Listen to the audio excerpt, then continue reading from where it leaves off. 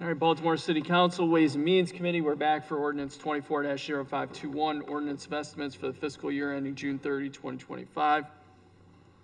Mayor Costello, councilman from the 11th District, chair of the committee.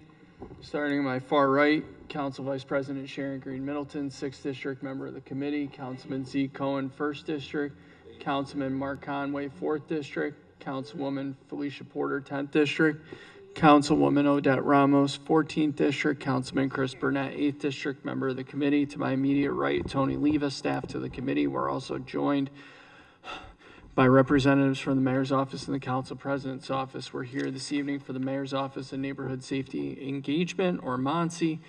Director Mavronis, I'm going to turn it over to you in a minute. If you could please introduce all the members of your senior team that are going to be testifying this evening, first and last name and position title. How much time do you anticipate needing for your presentation? About 12 minutes. 12 minutes is perfect. Take it away, please, and thank you. Good evening, Chair Costello, members of the committee, attendees, and Baltimoreans. Thank you very much for this opportunity. My name is Stephanie Mavronis, and I have the privilege of serving as Director of the Mayor's Office of Neighborhood Safety and Engagement. I'll go around and introduce the members of my senior team who are here.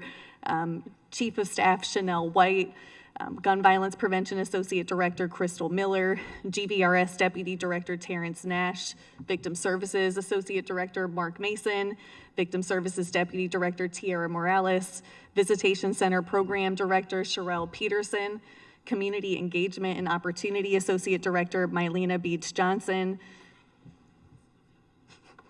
Policy and Research Associate Director John Hoffman, Data Analytics Deputy Director Joseph Mulhausen, Finance Associate Director Breanne Young, Grants and Contracts Deputy Director Alicia Sherrod, and Communications Associate Director Jack French, as well as other members of the MONSE team who are joining us here tonight for this hearing.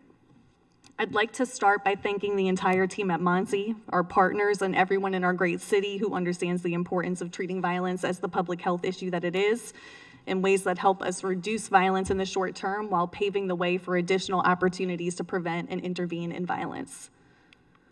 Let me go ahead to the next slide. Okay. This team has been working diligently to implement Baltimore's comprehensive violence prevention plan, the city's first ever comprehensive 5-year public safety strategy.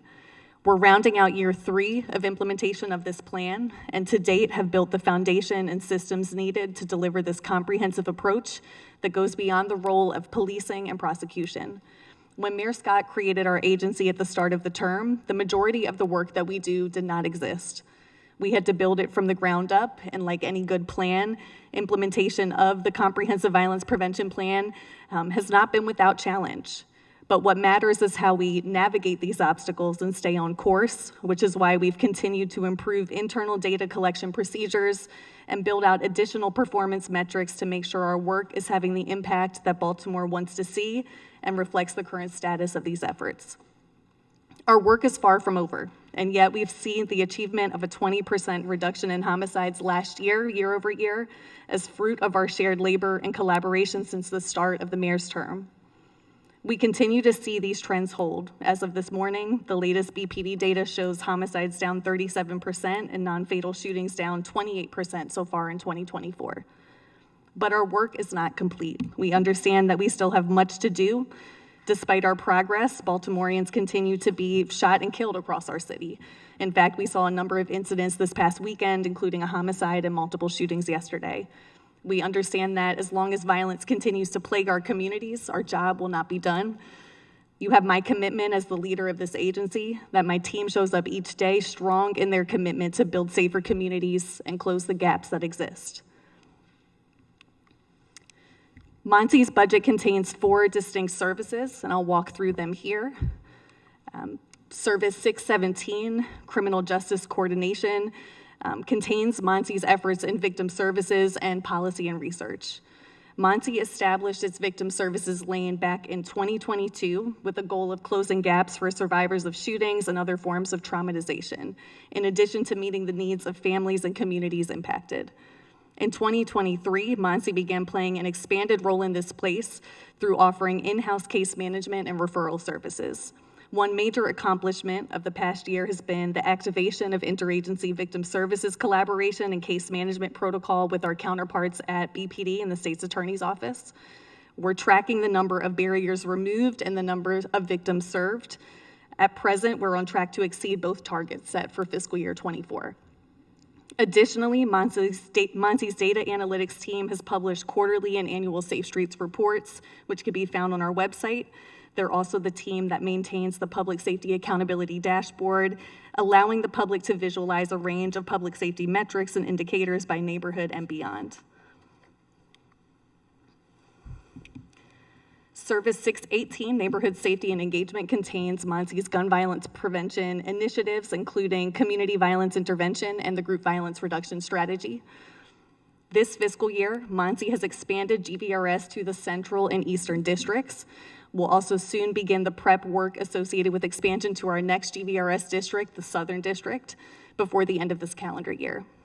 Importantly, our fiscal year 25 budget includes an enhancement for 2 GVRS manager positions, which are required to support the day-to-day operations of the strategy, community partnership, and service partnerships.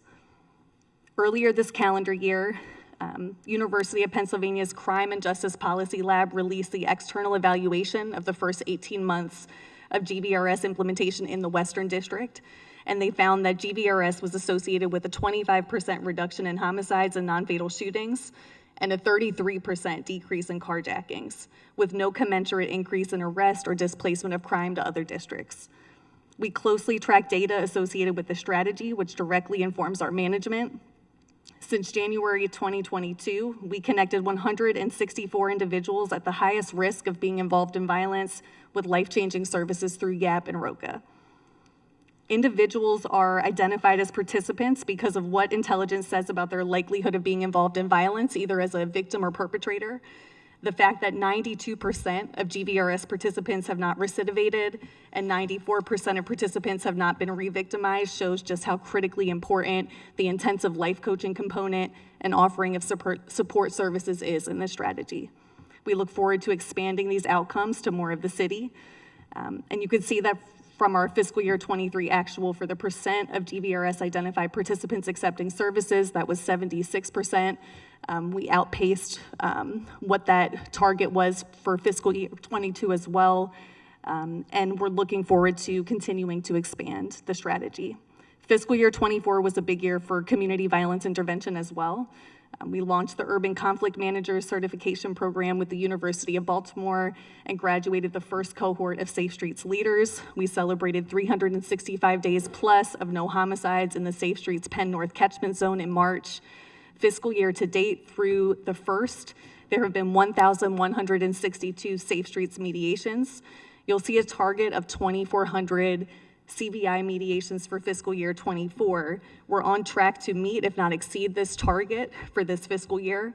This will be the first time that we're able to include data from other CVI ecosystem partners like We Are Us and the UMB Embrace Center in those metrics. So looking forward to bringing that to this group. Service 619, Community Empowerment and Opportunity, contains MONSE's initiatives related to coordinated neighborhood stabilization response, youth diversion, re-entry, and neighborhood policing plans. This is also the portfolio containing the Peace Mobile. This fiscal year started off with a mass activation in response to the Brooklyn Homes mass shooting, and MONSE continues to be strongly engaged with the Brooklyn Homes community. This past weekend, our team collaborated with MEMA and a host of community partners on a Latinx community resource fair. We also take great care to document our community-based engagements during stabilizations and make internal referrals where individuals need additional assistance from the city. That's what this first performance measure here that's pulled out refers to. We're on track to meet this target for fiscal year 24 and are projecting an increased reach and engagement in fiscal year 25, really with the goal of making sure we're reaching those who most are in need of our stabilization services. Additionally, MONSE's community engagement lane selected the third neighborhood policing plan pilot community with the North Avenue and Hilton Street Business and Community Task Force and has continued to advance the work associated with the first 2 pilot communities.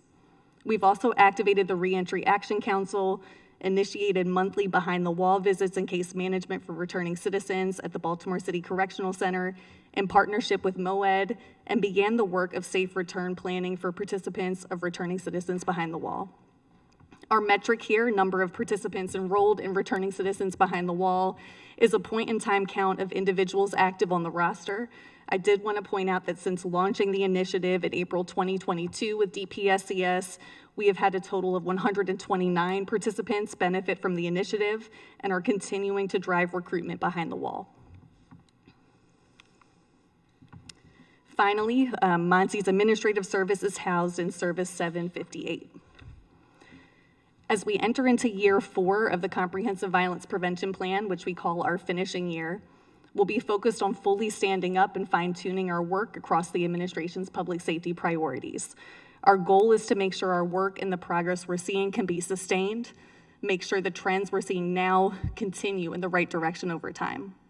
Our team understands that every single life lost to violence in Baltimore is too many, but we have a clear directive from the mayor and from residents that we must continue to deepen and build on our work in collaboration. And with that, we're happy to answer the committee's questions. Thank you, Vice President Middleton. Thank you, Mr. Chair. I'm sitting here listening and just knowing how this organization has really taken off and expanded, knowing that Park Heights was the Park Heights Safe Streets program, I feel, was one of the programs that really was an example of the need of really this organization. So just a person knowing that the work that you all do, the work that is very hard to do because you're helping communities that are really in need with, you know, a lot of services. Thank you for partnering with We Are Us, which is another organization that's doing a tremendous amount of work, again, that started in Park Heights and has spread to other areas of the city as well. Could you just elaborate a little more? You know, I know there's forces out there that just really doesn't understand your strategy, and sometimes negativity takes preference. So how do you have a strategy, an added strategy on educating the public on your initiatives and your successes? And, you know, I see you at representation at community meetings and things like that, but is there a strategy to really educate the public in Baltimore what you are doing? Thank you, Council Vice President. I would say the answer is we need to do more education. One of the things that my team has been thinking actively about, just taking GVRS as one example, it's a strategy that we've rolled out in January 2022 in the Western District. But as we've continued to expand, people may hear about it on the news, they may see certain announcements about takedowns, but what we found is that people don't quite understand it. They may know the acronym, but they don't have a full sense of what the different components of it are. And so it's one of the things that we've talked about as a leadership team, how we need to be spending more time in front of community to explain the multifaceted nature of the strategy. So I know we're starting by going through the CRC meetings and making sure we can start with trusted community leaders.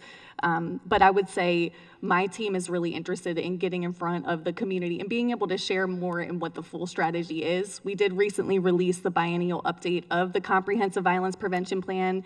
For me, that gives us one really great opportunity to share and re-educate, and in some cases educate for the first time our communities about what the strategy is.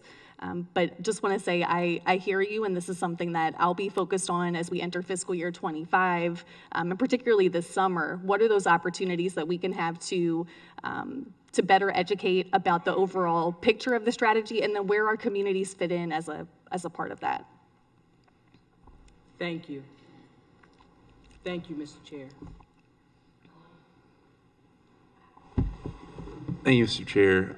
Thank you, Director Mavronis. I'm just going to pick up where my Vice President left off. In May, we had 13 homicides in the city of Baltimore.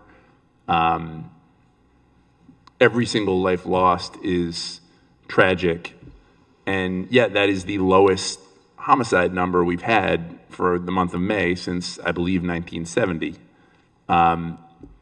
I think it is the result of cumulative efforts, your office, the state's attorney, the police department, and the community organizations, which you all have lifted up and bolstered, as well as my colleagues on the council. I think, just to Vice President Middleton's point, I think as a city, we sometimes struggle to tell our own story when things are working. And we are very quick to point a finger when things are not working, and we are very quick to ascribe blame, but we do a much less good job of lifting up our successes. And I just have to say, the fact that we just had our lowest homicide rate for any month of May in since 1970 is something that we as a city should celebrate. And I don't think enough people know that. I don't think enough people would ascribe that to GVRS, to your point, or to any of the strategies. But I think it's really important. And I also think it's important to let folks see themselves in this strategy, that this is about Baltimore. This has to be reflective of all of our communities. And I just think stronger communications around what is working is really important, because something that you all are doing in the anti-violence fight is clearly working. And I just think Baltimore should feel proud of that. My specific question is around GVRS and the expansion. I know we're seeking to scale it. I know we're seeking to go citywide. I am wondering if you could share how we're thinking about that, because ARPA is running out, right? I mean, that is a finite amount of dollars, and it's not going to be around forever. This is a resource-intensive strategy. It requires significant investment by BPD, by your team, by the credible messengers, by the folks that we employ and deploy to help folks reposition themselves, all the resources that need to go into whether it's housing or helping folks to get back on track. So when we hit that ARPA cliff, which is not too long from now, what is the strategy to scale, to continue to scale and eventually go citywide when we will have less external resources from the federal government coming into Baltimore? Thanks for the question. And point taken about not enough people knowing about the good stories that we have to tell. I think it's something that, like I said, my team and I will be very focused on in fiscal year 25. GVRS is funded through a combination of sources. So we have a portion of it that's ARPA funded with contracts that run through fiscal year 25, and in some cases a little longer. So we do have some time to continue to expend the dollars that are coming for GVRS in our ARPA funding. That being said, we're not waiting until the ARPA cliff comes to begin thinking about what comes next. We know GVRS is also in part funded by the City General Fund. Our contract with ROPCA is something that is completely funded by the general fund. We also have philanthropic dollars which go into the strategy. We've already started identifying potential grant opportunities, other federal earmark opportunities to support GVRS longer term, and we're going to continue to be aggressive and proactive in that front. Additionally, we want to make sure we're continuing the work of evaluating GVRS so that we can make the case that this is a smart investment, particularly for a strategy that's working to prevent and intervene in violence before it happens. And so we're not having to pay the cost of what happens after violence has occurred, but we're able to get ahead of it. So the work of planning is still happening. I think it's one of the things we've named as a priority with the administration as we've entered the start of fiscal year 25. And so while we started some of that planning, I'll be honest that we have more planning to do when it comes to what sustainability looks like. But something that the mayor and our team has been clear about is that what we can see happen is great success, which we think in part is due to the success of GVRS. We can't see a situation where we've invested in these services, we've seen the outcomes, and then it just one day goes away. We've seen how that's happened in other cities. I've heard Oakland, my counterpart in Oakland, speak about how challenging it's been to go from funding a strategy, funding elements of the services, to having nothing and now trying to piece it back together. They're trying to make up for a lot of lost time and ground. And so we don't want to see that happen.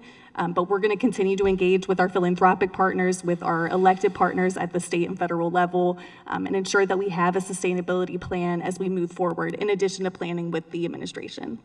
Well, no, and I appreciate that, and that is good to hear. And I don't even think we need to look as far as California. I mean, we in Baltimore have tried this strategy not once but twice and had it fail because we did not properly invest in the very resource-intensive side of the house, which is helping folks to get back on their feet. And I think what would be devastating is if we pulled the rug out from people again for a third time, and for the folks that we have committed to making this change in lifestyle reality, we cannot allow it to fail. I think that would be absolutely horrific for our city. And so I just think this is an evidence-based strategy. It is clearly working. We're seeing the pretty dramatic declines in violent crime and particularly in homicides. And I think whatever it takes to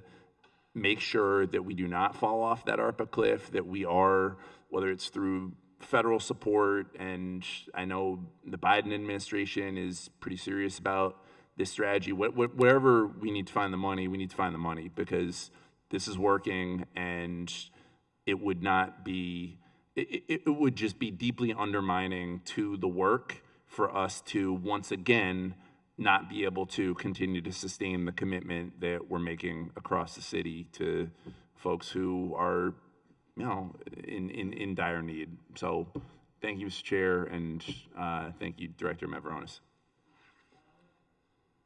Thank you, Mr. Chair.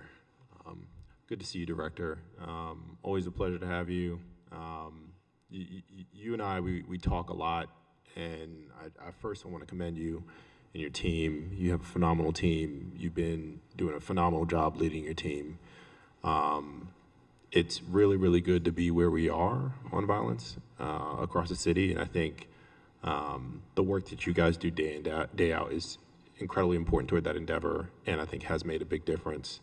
I think also just your approach to the work, I think, has been refreshing. You take a lot of lumps, but you take them in stride.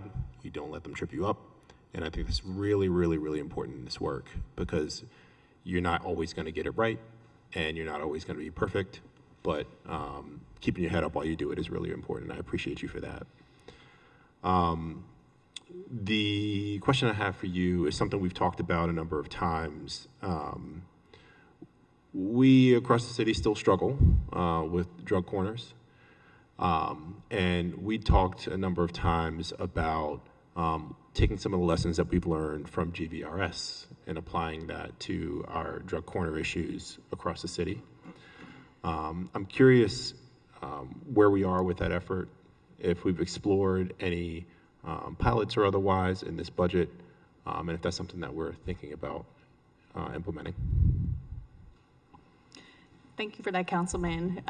Definitely something that we're thinking about, and I'll say it's an area that we are forging ahead into. I think we are trying to take lessons learned from GVRS and also lessons learned from our coordinated neighborhood stabilization response, and what that can look like working in partnership with different community-based providers in this space.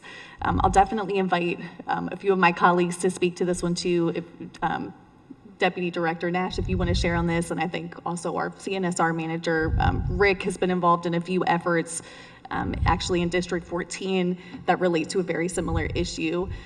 One of the things that we've seen is the opportunity that we have as an agency, and through some of the partnerships we have, to build relationships with people who may be selling drugs on the corner, and also find pathways and opportunities to connect some of those individuals with other opportunities. We may not get everyone who's out there, but based on our experience, we find at least one or two people in that group who may be interested in taking another way.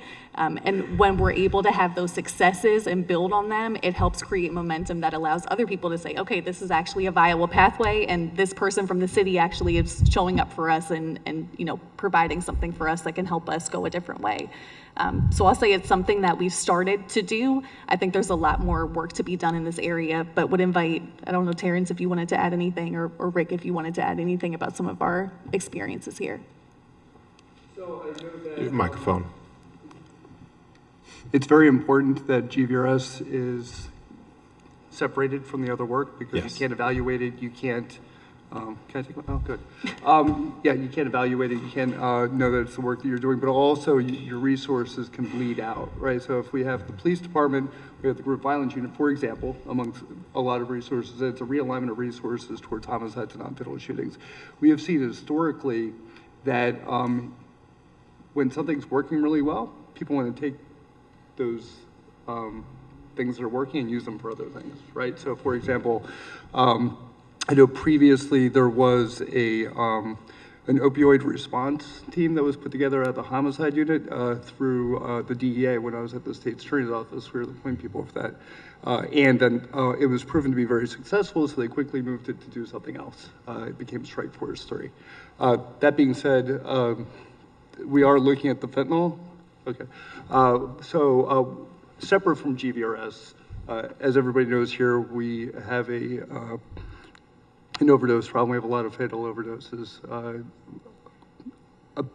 Some time ago, we started to put together a team separate from what the CAO is doing, but attached to it, that's made up of Baltimore Police Department, the Attorney General's Office, Health Department, Fire Department, to look at a holistic plan to deal with overdoses. That does include, of course, enforcement activity. We're currently in the process of designing fully what that looks like, and we should probably see some of that work coming out pretty soon. Okay, that's good to hear. Interestingly, I was thinking about it from a slightly different perspective.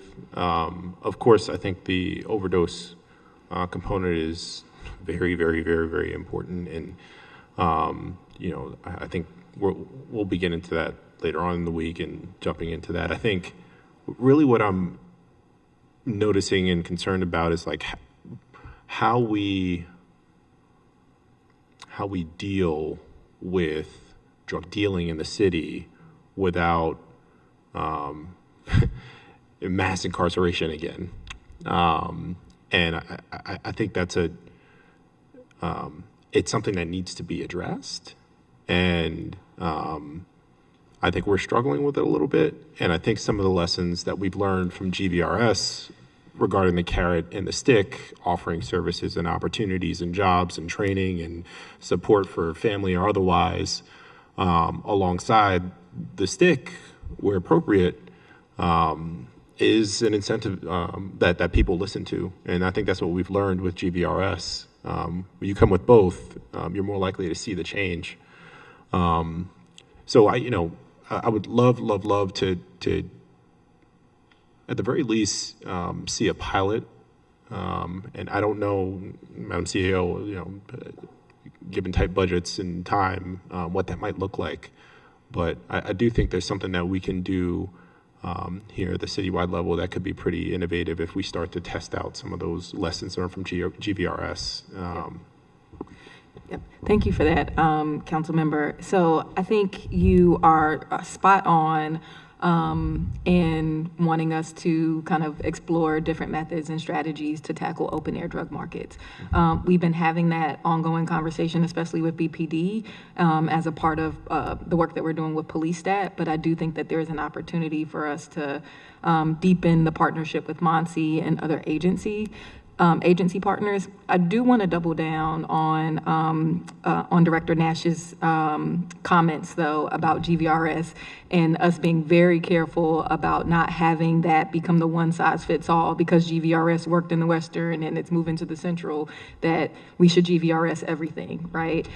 Because we want to ensure that we are, that there is fidelity to the work that's happening in GVRS, right? We have the work, it's been evaluated by UPenn, right? So there, we have to, and this is actually an important point that our TA providers stress to us, is that there has to be fidelity and commitment to the model. And so I would want to be careful about using GVRS to tackle open air drug markets. I do, though, think that there is an opportunity and there is more that we could be doing where we could bring MONSE and other folks to the table around open air drug markets. Even outside of GVRS, we do the community the neighborhood stabilization work, right? We where we provide jobs and other alternatives to the lifestyle, if you will. I do think that there is a more formal way that we could, where we can actually pilot and test. So I'm happy to take this back as a follow-up with MONSE, see what we could do to tackling markets. Yeah, that would be great. So I look forward to following up with you guys and to see what comes of that. And I agree 100%. We definitely don't want to let GVRS model and tool and take effort, especially as we're continuing as a city. That's not what I would want to happen. My second question, it's going to be a more technical question. I noticed for Service 619, which is Community Empowerment and Opportunity, that the current level of service will be maintained, but we're seeing a $1.6 million reduction in the budget.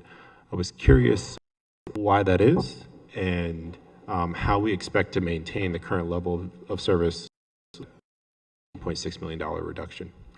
Councilman, I can take that question. So if you'll recall from my overview presentation, in the fiscal 25 budget, we provided new guidance to city agencies around how they plan and budget for grants, specifically state, federal, and special awards. So you're really seeing that show up in MONSE's budget because we transitioned from previously budgeting around everything that we anticipate or think that we might get to the fiscal year to in fiscal 25, we're just budgeting based off of known grant awards. The reason for the change there was to present a more accurate depiction of what we are actually receiving in terms of those state, federal, and special grant awards, and also tighten up our grants management once we get into the fiscal year.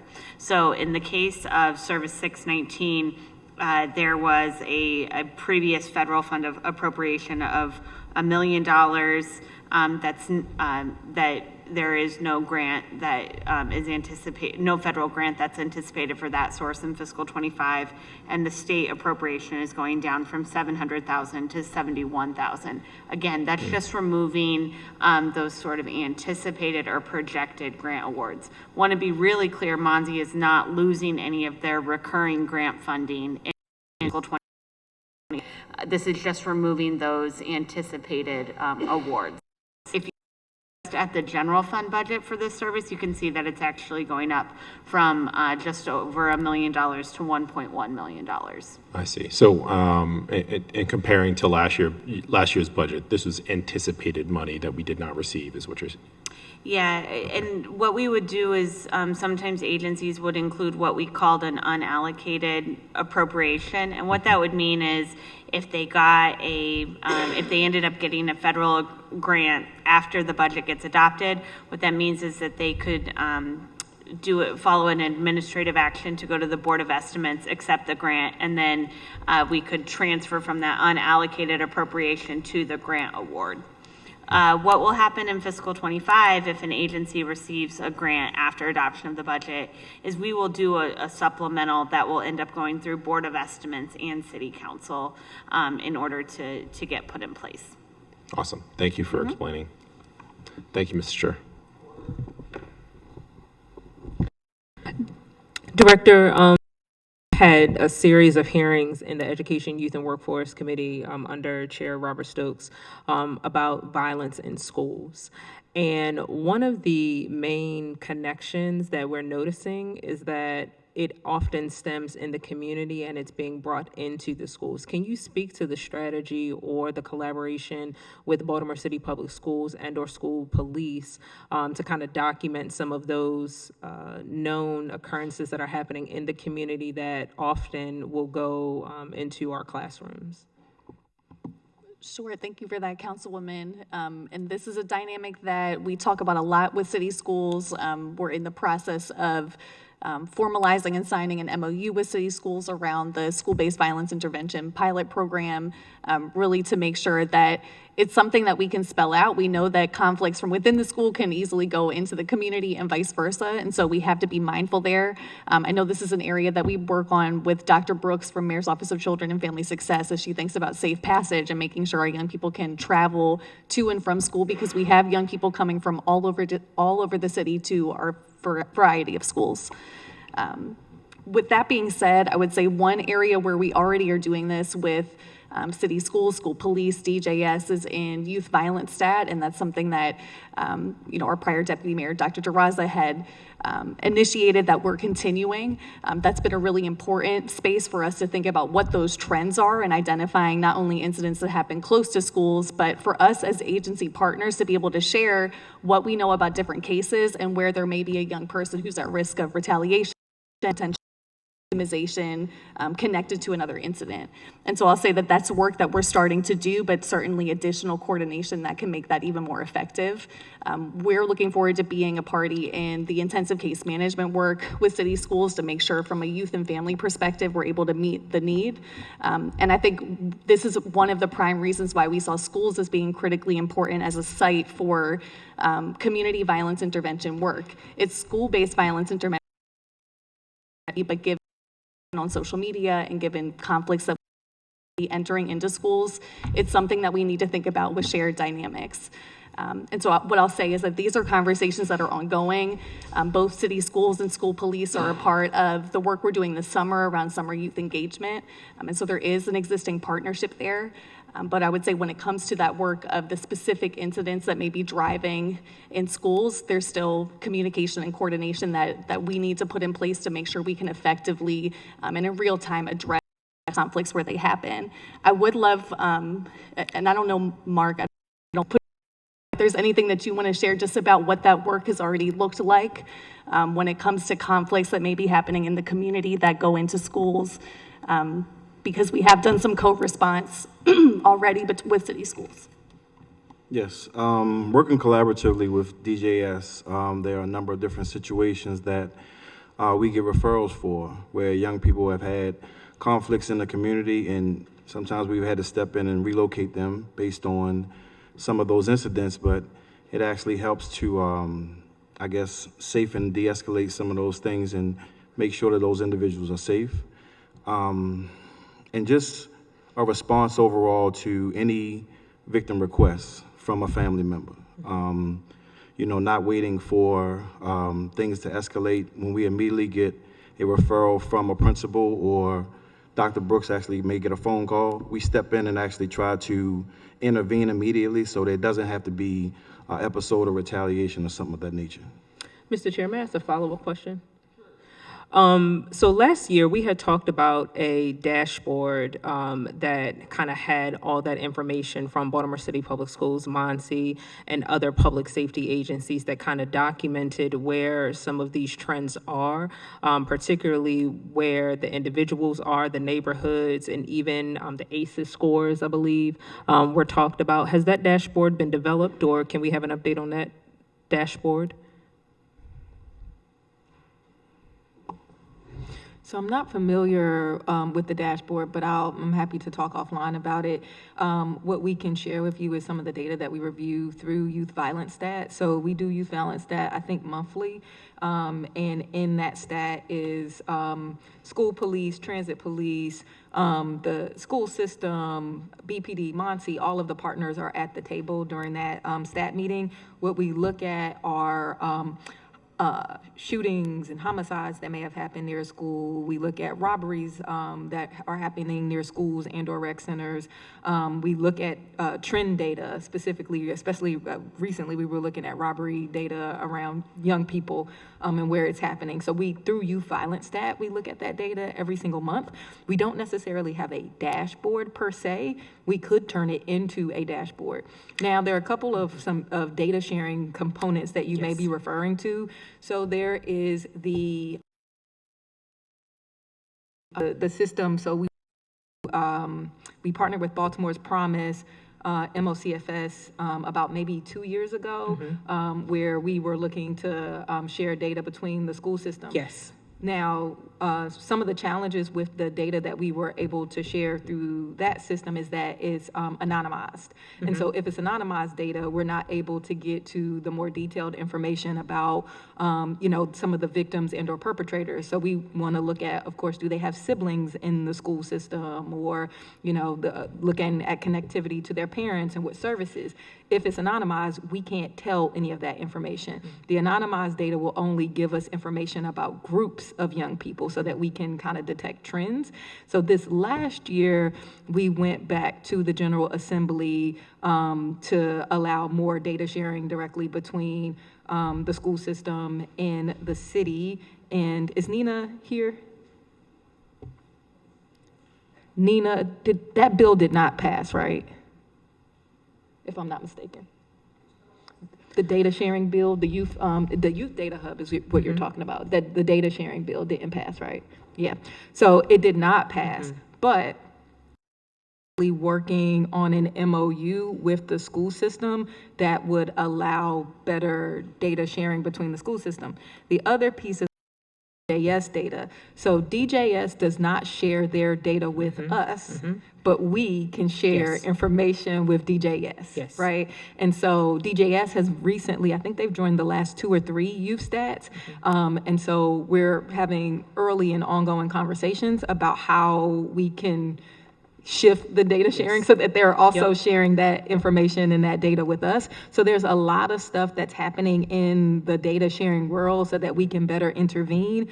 And then on with the school system and the data sharing is the intensive case management. So Dr. Brooks from MOCFS is leading a lot of that work in partnership with the school system, where we can, once we identify the young people, we can do intensive case management where we can look at their families and provide supports and wraparound services to their families and to their siblings, for example. So once we have the data available, there's a system already in place for us to do, essentially, we would do case reviews on a weekly or bi-weekly basis where we would literally go through all of the young people in partnership with the school system. But right now, we're still working through a couple of the challenges around data sharing. And you hit the nail right on the head. That's exactly what we were talking about, the data interoperability. The data hub, Yeah, and so that was something that we had brought up last budget cycle, and I mean, it was about 10 identifiers that I believe studies suggested that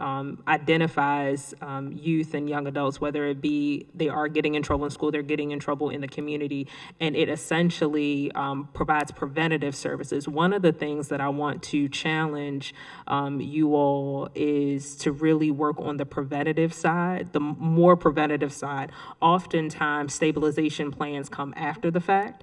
And so if we have that data, I would like for us to really really generate a data-driven approach that, GVRS, this is something that GVRS has done, something that can be expanded out to the opiate issue, really more of a data-driven strategy of like where people are and where some of those young people are so that we can really level like on them. A early before. warning system. Exactly. And not to say that it's like a early warning system where they are being targeted. It's an early warning system where we can provide the necessary wraparound services for them and also their family as well.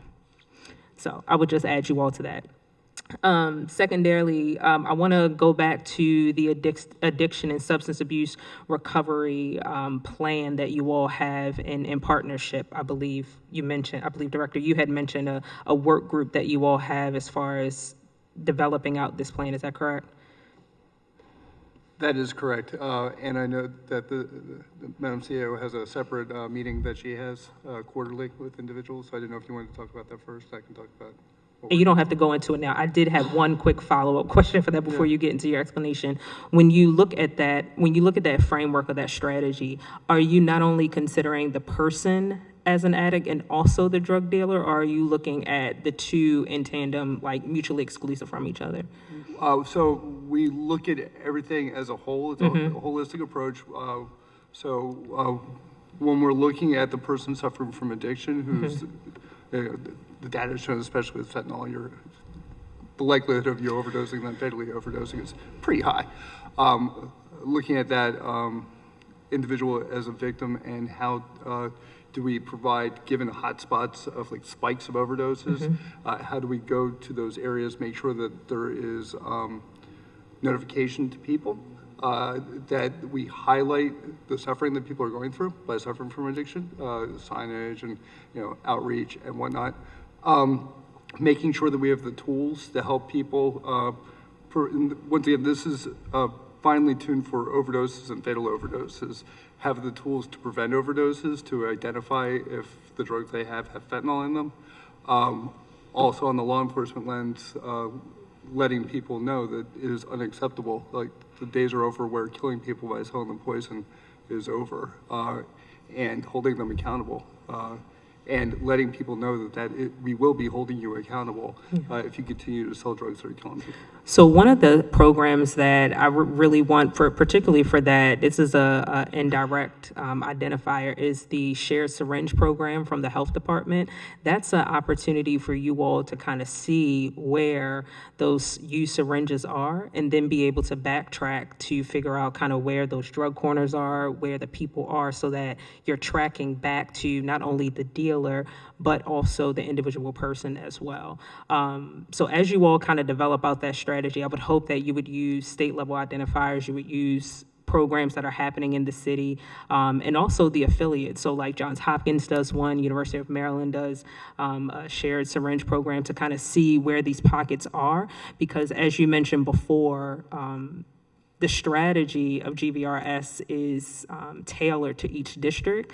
And so the opioid epidemic is going to be tailored to each district as well. It's very different flavors of how public health and how harm reduction is going to be implemented in each of those districts.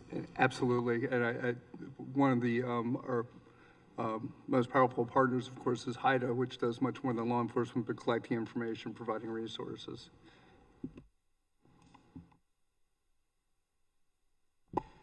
How many unique contacts has MONSE made with individuals? In general, or with a specific program? Well, walk me through that, please. So if you want that by program, we can provide a breakdown of contacts we've made in relation to like a GVRS or Safe Streets. If you're thinking just in general, I would need to get that number. I guess I was thinking GVRS when I asked it, but what are the different categories of programs? So GVRS, Safe Streets, what else? Where did you log a contact? So we log a number of contacts outside of GVRS, our community violence intervention programs. We also would log contacts that we make either self-referred or where we've received a referral for victim services support. And then also in the community engagement space. I mean, so we have when we're doing stabilizations, part of that work typically involves some kind of canvas. We're doing at times door-to-door outreach to reach people. We're meeting people at mass events, so we have sign-in sheets, things of that nature. So those will be some of the categories of events as far as contacts are concerned. Okay, can you just get me some data on contacts that MONSE has made for fiscal year 24, which would have, I'm assuming you have that data up until whatever it was, 2 days ago, 3 days ago? Sure, yeah, we can Just give you a so it's cross-section of even. that data. Yeah, Okay. okay, thank you. Ramos?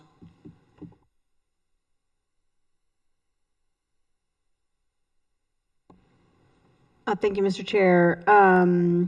To my colleague's point about sort of the happenings on the corner, I had requested what I have been calling, and I think we've all been calling, a multi-agency strategy around, in particular, on Greenmount Avenue. And it ended up being, and there ended up being a shooting, and so we ended up doing a 45-day stabilization strategy. There's still so much work to do there. Like 45 days is just not enough, right? To be able to get in there, understand what's really going on, get the resources, try to work with the young people to not be doing what they're doing, and also all of this activity that the BPD is doing as well. And so I guess I'm just curious, and maybe this you're going to give the same answer that with my colleague in terms of what's that next step? We don't need to use Greenmount as an example, but just in general, you know, when you go in, there's some places that are getting the 45-day strategy. There's others that are getting a lot more, which they should, absolutely, depending on the crisis. And sort of how does then that work? Is there going to be, in some areas where there's an organization that takes it on, does MONSE still stay with it? Because that means that you're going to be in a lot of places all at once, and that's very difficult. And how does that, how do you make that work? Because I think it's important work that we have to do, and obviously work to get more resources into those areas that need more assistance. Thank you, Councilwoman. You're absolutely right. I think the 45-day stabilization came from a place of initially when we started this work, and it was really just at that time in concept. There was a tabletop exercise with multiple agencies to say, what would this look like? What would the process need to be? And at that time, the 45-day was deemed sort of the standard that we would use for a stabilization. It's something that we've been thinking about a lot more because we realized the need to have tailored responses for different situations. Brooklyn Home on one end is an example where we're still there. It's about a year later, and we're continuing to play a role. It looks very different today than it did in the first couple weeks of that stabilization, but from a relationship perspective, in order to continue building on some of the momentum we've had, we've needed to continue that presence, and so that's something we've deemed. There have been other situations too where we determine a 45-day response is not needed. We may need a more intensive, 3 to 5 day response or a more intensive week-long response. And so that's something that my team has been analyzing and addressing. Even with the 45-day stabilizations, one of the things that we do is after that 45-day period is conduct an analysis to determine what does that post-plan need to look like. And I'll allow my community engagement team to speak to this a bit if they'd like to, but we have seen in a number of situations that there's a need to continue to maintain that presence. There may only be, 1 or 2 days of the week where it's really good to engage with that group of people. And in the instance on Greenmount that you mentioned, this is something that we're experimenting with a bit together as far as a multi-agency response perspective. Part of our strategy is to identify community-based project managers who can continue carrying on that work. So even if we shift to more of a supporting role rather than a leading role, that is ideal in the model. But the goal is to make sure that through that work, we're able to build capacity and allow community to pick up that work. I will say when we first unveiled this work of stabilization response, our goal was to have maybe 8 stabilizations in a year. And I can tell you, we've had probably 16 to 17 in the past year and some change. And so there's been quite a few responses that have required us to show up. And then there's also been a number of areas where we've determined we need to have more of a proactive response. We don't want to wait until something happens. We hear that there's a certain dynamic in a community, and we want to be able to get ahead of that. And so our team's also been doing much more proactive work in that area. We have one CNSR manager, and so there is a need to make sure we've tried to build redundancy across our team, right, and make sure that we can do that. But this is something that we're actively talking about, and I would expect in fiscal year 25, we're going to have different options when it comes to how we choose to stabilize for how long, and then really refining what that community-based handoff looks like following our stabilization. Anything that you would add, Rick or Mylena here? Sure. So one of the things that we've been successful at is building stakeholders in each community. So Brooklyn, because of the mass shooting, and we've extended our resources past the 45 days clearly, but we have a bi-weekly stakeholder group where we have the residents, some whom were affected by the mass shooting, and then we have other partner agencies and CBOs in the area who do this work daily, the churches, some of the other community-based organizations, the councilwoman's office, and we meet and discuss what resources does the community still need continued after the 45 days from last July 2nd. And it's been very successful. So we're getting constant analyzation, reevaluation of what the community needs, and we're able to deliver and support what the community needs in real time. As far as Greenmount, I always date back to what our focus is, and that's violence. So we were successful while we were there to prevent the violence, but we weren't able to stop some of the CDS cells. When part of our strategy is, similar to what we did when I was at Moane with Squeegee, is if you replace, if you take something from someone, you have to replace it with something. So as we relationship build and we're convincing these young people to put down the CDS, turn down the gun, turn it in, you can't rob people no more, things like that. We have to find how are we going to replace that. So that comes with trust, consistency, and relationship. It doesn't happen in 45 days, unfortunately, sometimes. Sometimes it can happen. Sometimes we get individuals who are desperate and they just really want to get out of the life. They may be just doing it out of habit. But I wanted to address that as far as the CDS thing. And then on Greenmount, we're still there. We're still texting and calling, and there's going to be a moment where one of those young people give me a text like, hey, I'm ready. I can't.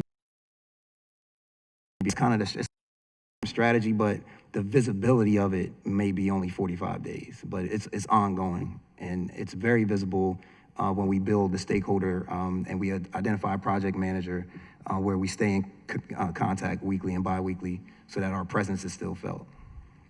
Yeah, I appreciate that. We definitely want to have a all hands on deck approach, but also where it's not, we're just not arresting everybody either, because we know that has not worked. So although I hear from some of my businesses that that's what they would like. But I'm clear about what we need to do. So I do appreciate all the support there, but also I'm always happy to be a pilot. And so if there's other things that you want to figure out what's going on there, we'll figure it out together. Thank you for that. The second question I had was related to one of my other colleagues' questions about the youth strategy.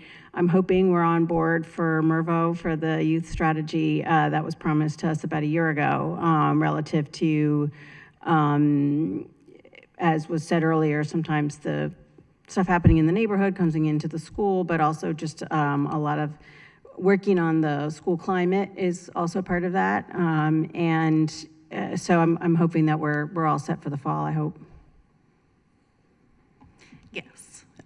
We are gearing up. I mentioned earlier the MOU that we're working on, which will help govern and underpin all of the agreements.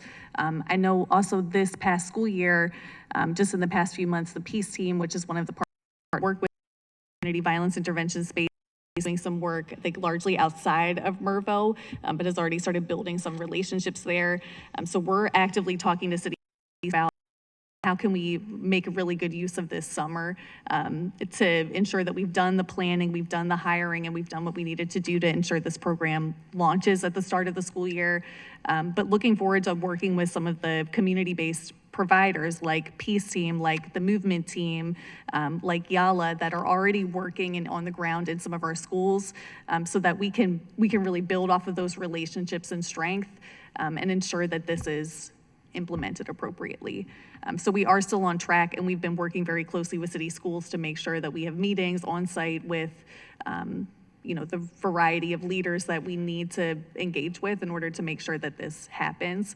And I know that this summer, it's going to be important that we can make sure, through any leadership transitions, things of that nature, that we're able to ensure that this moves forward. Mervo's not the only school that is going through that, but it's one of the schools that we have to be really intentional, and we have great support from, our principal supervisors and North Avenue to make sure that can stay on track. Great. Looking forward to the next steps on that. Thank you, Mr. Chair. Thank you, Mr. Chair. Thank you, Director, and to your team for the excellent work that you all are doing. I wanted you to, if you could, I think one of the most I think proactive. Councilman, or I gotta pause you. Before you get too far in. No, you're good. You're all right. We're gonna take a 10-minute recess. Charm TV needs some time to recalibrate some stuff. Okay. We'll come back at 7:15 p.m. sharp. Thank you. All right, Baltimore City Council Ways and Means Committee, Ordinance 24-0521, Ordinance of Estimates for the fiscal year ending June 30, 2025. We just took about a 13-minute recess to fix some technical issues with Charm TV. We're back for MONSE, Councilman Burnett. If you can start from the top, please. Thank you, Mr. Chair and Director Mavrones. Can you expound upon, I think one of the more very proactive programs being run by MONSE is the Behind the Wall initiatives and stuff that you're doing before folks come home. I know one of the things that we've talked about a long time on this body is certain zip codes having disproportionate number of folks who are returning citizens, and getting access to any number of resources is incredibly important, but it sounds like you all are taking an additional step in trying to reach out to folks before they even come home in the first place. Can you speak about that work a little bit in more detail for us? Thank you for that, Council Member. So our work in the reentry space, it currently spans a few different areas. I mentioned earlier, we've initiated the Reentry Action Council, so that's a body that includes people with lived experience, people who are advocates, service providers who work with returning citizens to help advise the city on what our strategy needs to be.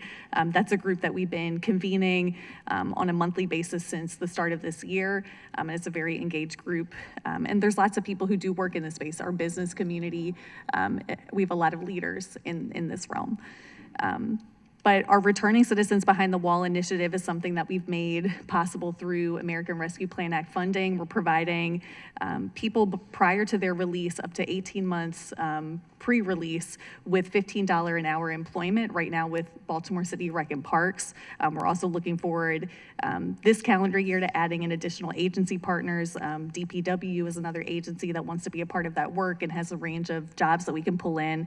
And so this is one of the ways that not only are we connecting people with opportunities to really make a higher wage when they're still incarcerated, but also connect them to other services, which brings me to the third facet of our reentry work, safe return planning. So this is something that we started doing with some of our participants of Returning Citizens Behind the Wall initiative, really doing that reentry planning prior to release and making sure that we can play the role as that conduit between pre-release and post-release to ensure that someone's reentry is successful. And so we've partnered with the Mayor's Office of Employment Development.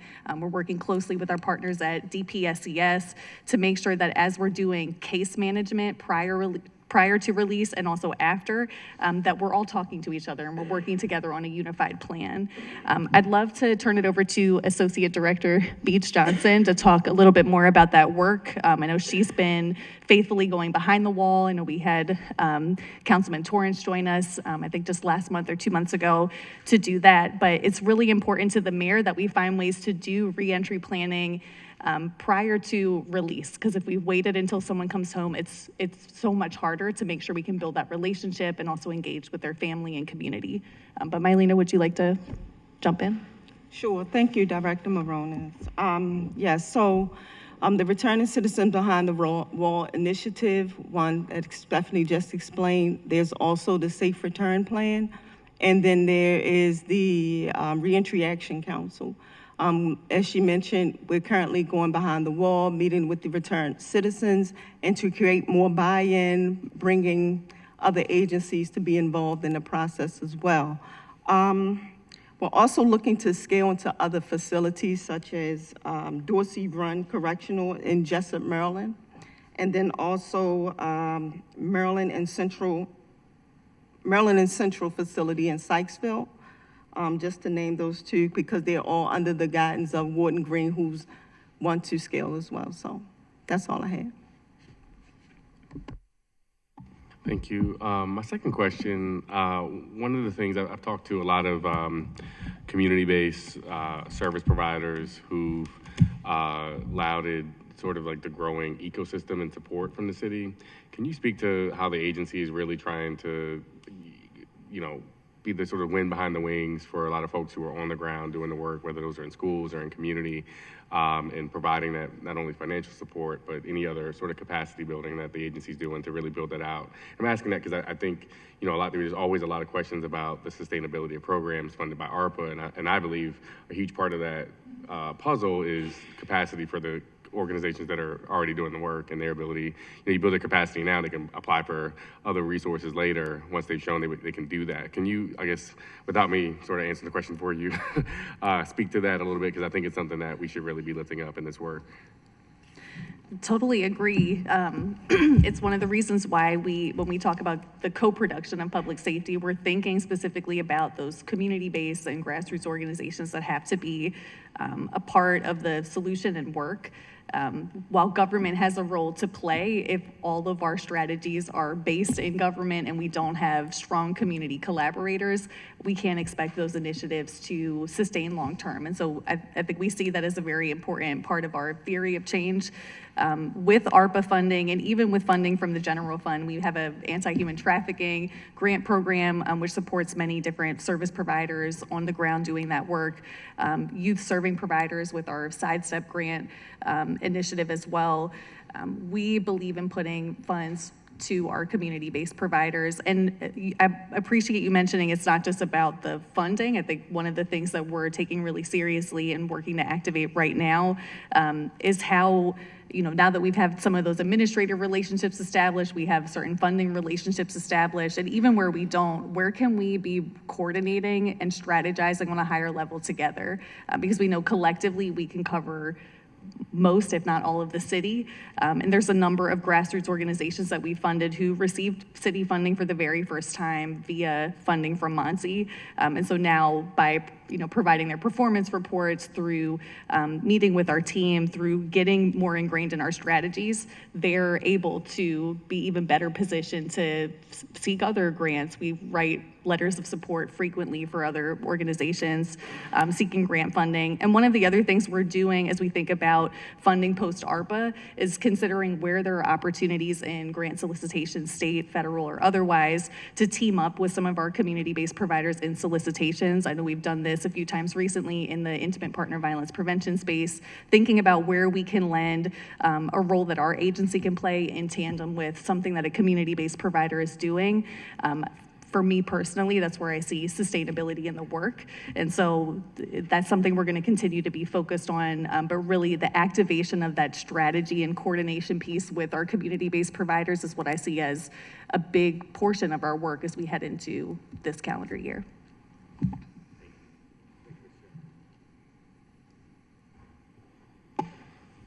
Thank you. My understanding was that you all were working on a pilot at Digital Harbor High School. Pilot program. Digital Harbor is one of the 4 schools that's a part of the school-based violence intervention pilot. When did you rolled out the announcement was made that Digital Harbor was going to be one of the 4 schools, I think, about a year and a half ago? When we made that announcement, it was when the first amount of funding came down from the National League of Cities Institute. So at that point, we did announce our intention to start this pilot initiative. When was that? I would need to check the exact date, but I think Plus or minus year and a half. I think when we first got the funding, yes. What's the status of that? We actually had a productive meeting, I want to say maybe 3 weeks ago now, at Digital Harbor High School with the principal, with the movement team, which has been doing work in the school for the past few months. We're looking forward to working with the movement team as we build out the initiative with the school. I know I mentioned the MOU that we're working on right now with city schools to make sure that from a programmatic perspective and funding perspective, we're able to move forward there. We are looking, like I mentioned with Mervo, to have a full launch of the initiative at the start of the fall school year. And so we'll be doing the relevant planning, hiring, and other work, building on the work that the movement team has already done to establish themselves as a credible partner, both inside and outside of the school with the students. So beginning of the school year? Is that, or am I? Yes. I don't want to put words in your mouth. We're planning for a launch at the beginning of the school year. What does a launch look like in terms of capacity beyond what TMT is already providing? So the movement team is a unique organization in terms of the services that they're currently providing in the school. I appreciate that they've also been able to ensure that they have staff that can work with students who speak Spanish in the school. For us, what we need to do is make sure that there are also violence intervention specialists, that we are identifying peer ambassadors, and that we're building out the full curriculum around the program. And so that's work that we're doing now, and making sure that by the time we start the school year, there's an identified space inside of the building where the programming will be happening. And that we have a way to document the work that this team is doing. So right now, a lot of the work that the movement team is doing is around outreach and engagement around entrance and dismissal of the school day. We're looking to make sure that this is something that could take place and be a part of the school culture throughout the entirety of the day, potentially leveraging and bringing other services and partners to the table as well. Got it. What's the complement of MONSE staff that's in addition to TMT? Maybe I asked that question the wrong way. Like, what resources will be there that are currently not once you start this in the fall? Yeah, I'll allow Crystal Miller to talk about this, who, she's been very integrally involved in the full program design here. My understanding of what the movement team is doing now is really supporting with the entrance into school and dismissal. If I can cut you off, please and thank you. I understand that. What I'm seeking to understand is what additional resources will MONSE, I just want to talk about what MONSE will be doing in addition. Yeah, are you referring to additional staffing or just the services that might be provided by having MONSE engaged at Digital Harbor, or both? Start with the additional staffing resources, and then we can discuss function.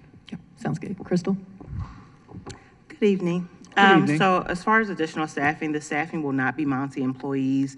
These will be program employees that we will contract with a CBO to hire to work directly in the schools. And part of this MOU will help to guide and direct what that hiring process will look like in alignment with our operations manual and the hiring process that we have for other CVI, our community violence intervention programs, where CBOs are the employers of intervention staff or life coaching staff.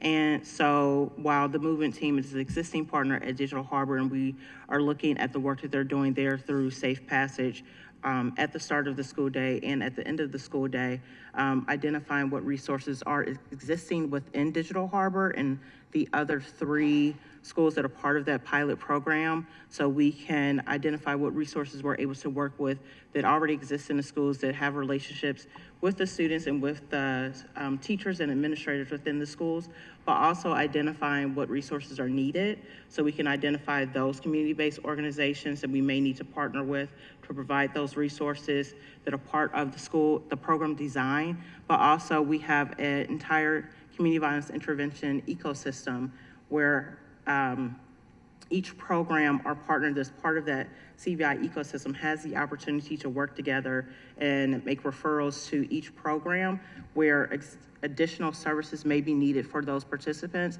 So the school-based program will have that opportunity as part of the CVI ecosystem to also partner with those existing programs and partnerships within the community of the ecosystem. Yep. So I'll just offer, so the movement team is focused on safe passage, right? They're just there at the beginning of the day, the end of the day.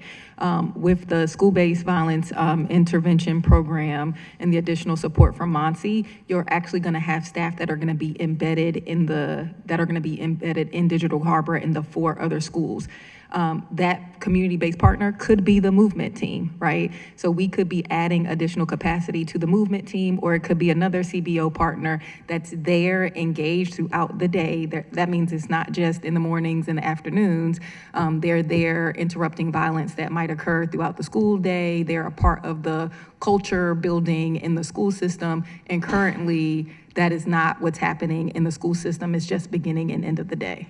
Does that make a little more sense? Slightly. Okay. That I appreciate both of your responses. Let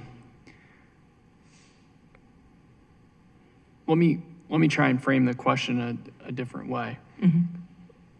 Currently, there are X number of personnel from the movement team conducting Y number of hours of work throughout the week on safe passage at arrival and dismissal, correct? Correct. What I'm trying to understand is what the level of man-hour resources are that will be provided as part of this initiative. Yep. That are separate from what TMT currently provides, irrespective of who that CBO is that may be selected. Yep. So, and the team can jump in if I'm off base here. But I think we're currently in the planning stage to determine what Digital Harbor needs. But minimally, what they will receive is additional support staff who will intervene in violence throughout the school day. That means they're not just there at the beginning of the day and the end of the day, they're there throughout the day. So so now you have a full complement of engagement staff that are available throughout the school day. No, I get it. It's like the bacon, the lettuce, the tomato, like we currently have 2 pieces of bread you're filling in, and I totally understand that. Got it. So there's not a finite level of man-hour resources that has not yet been determined, correct? So there is not, and team jump in if I'm off base here, we have not determined the total number of positions and staff that will be engaged in Digital Harbor. We're having those conversations now with Digital Harbor as we are doing the planning to understand what their needs are, to then go back and find the CBO partner who will identify the staff who will be supporting at Digital Harbor. Got it. Okay. I think, and maybe this is helpful for the staff to talk through the overall structure, because I think the program design, generally, there's a structure of like, a community violence intervention specialist, right? Like there are certain types of roles that are a part of the program design model, but they would differ at Digital Harbor than at Mervo or Dunbar, right? They differ based off of the school climate and the staff, but the team can address if that's helpful.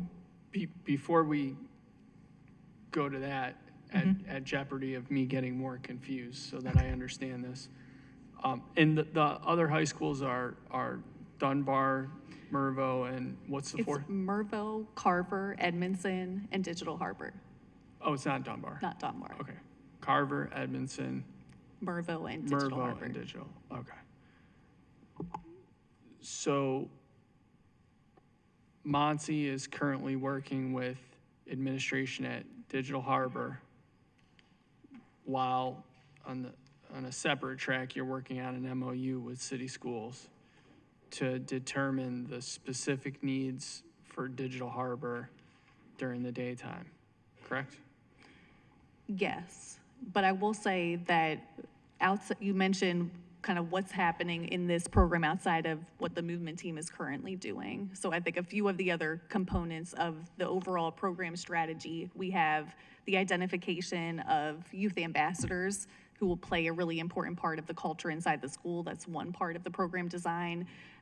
There will also be other programming and initiatives specific to participants of this program within the school. So there may be things like trips and opportunities for the young people to engage. So, I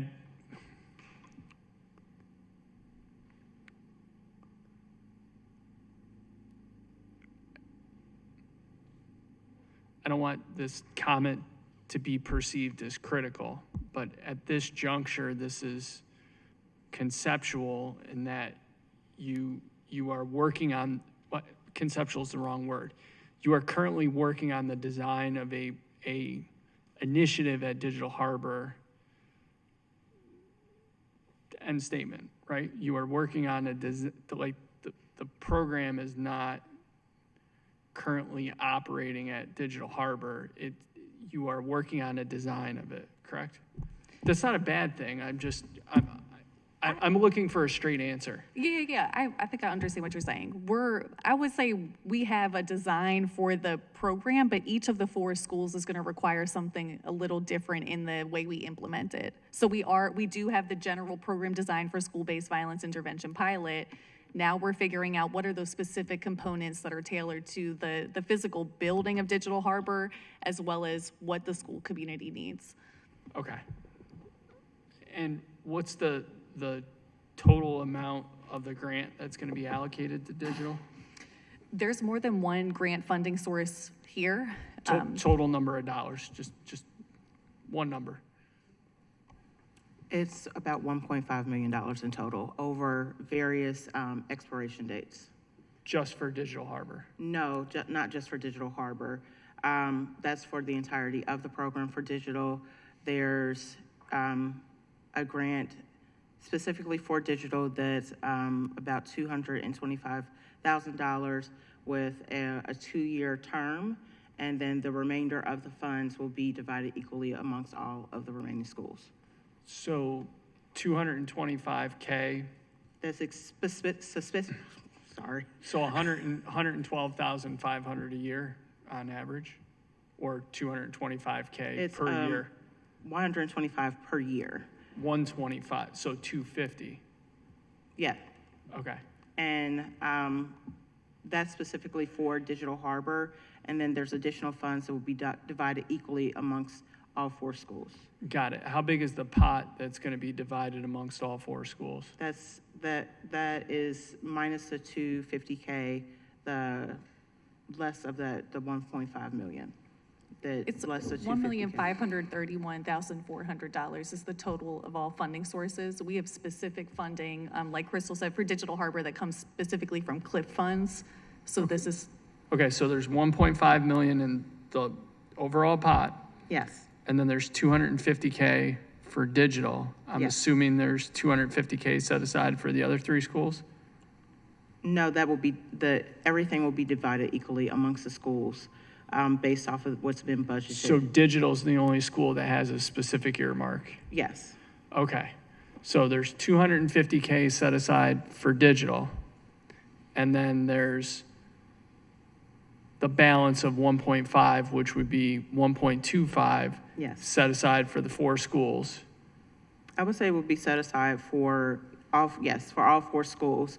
And what's less of that is needed for digital. So since digital already has this earmarked amount, that deducts what would be divided equally, essentially equally. So that's against our 312,500 for each of the 4 schools. So digital will be getting $250K in services plus an additional $312,500 in services, or no?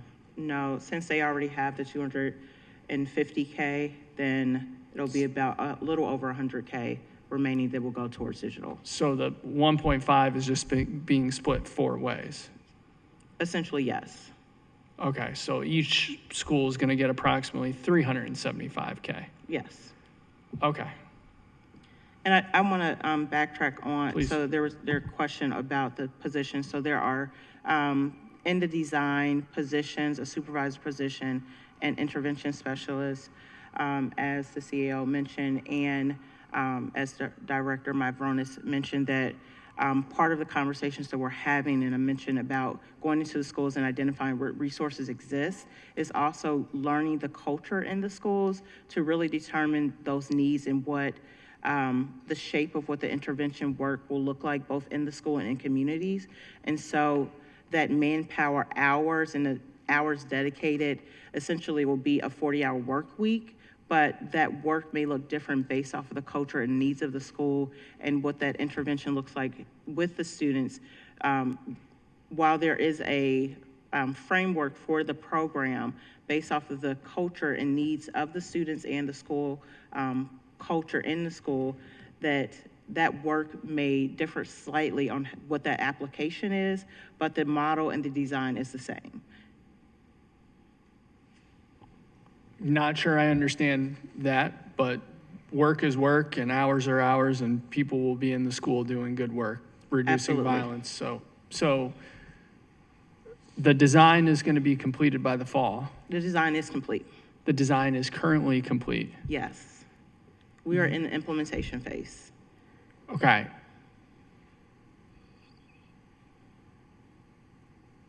I'm confused again. So the design is completed. We have a document that outlines the design for Digital Harbor. Yes. Can someone send that to me tonight? Tomorrow?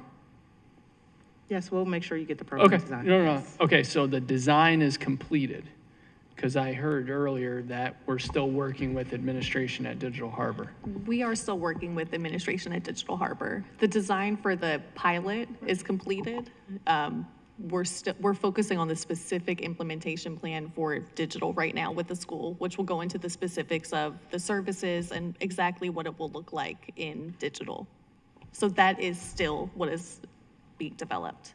Not trying to split hairs, but what the actual work is that takes place in the school, that's part of the design or no? Yep, so I think, just to clarify, because I think I even suggested that the design was ongoing. So I think what the team is saying is that there is a model, right? Much like GVRS is a model, but the way that it's implemented in the Western and the Central might be slightly different.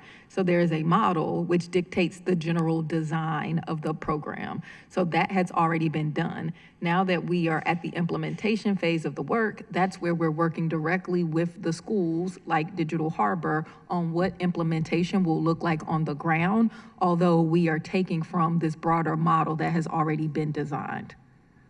So we're all ordering steaks and we're just trying to figure out if we're getting mashed potatoes or Brussels sprouts. I'm not sure if that's the example that I would I'm not trying to be use. smart. This is what I would offer, that we have a prefix menu, right? So we've already worked with the kitchen and we've already worked with staff to come up with the menu. Now you're deciding what you want to take off that menu. Okay, I think I got it. So we have like a template for the program. Exactly. And that's kind of worked out. Mm-hmm. And then we're just Tailoring.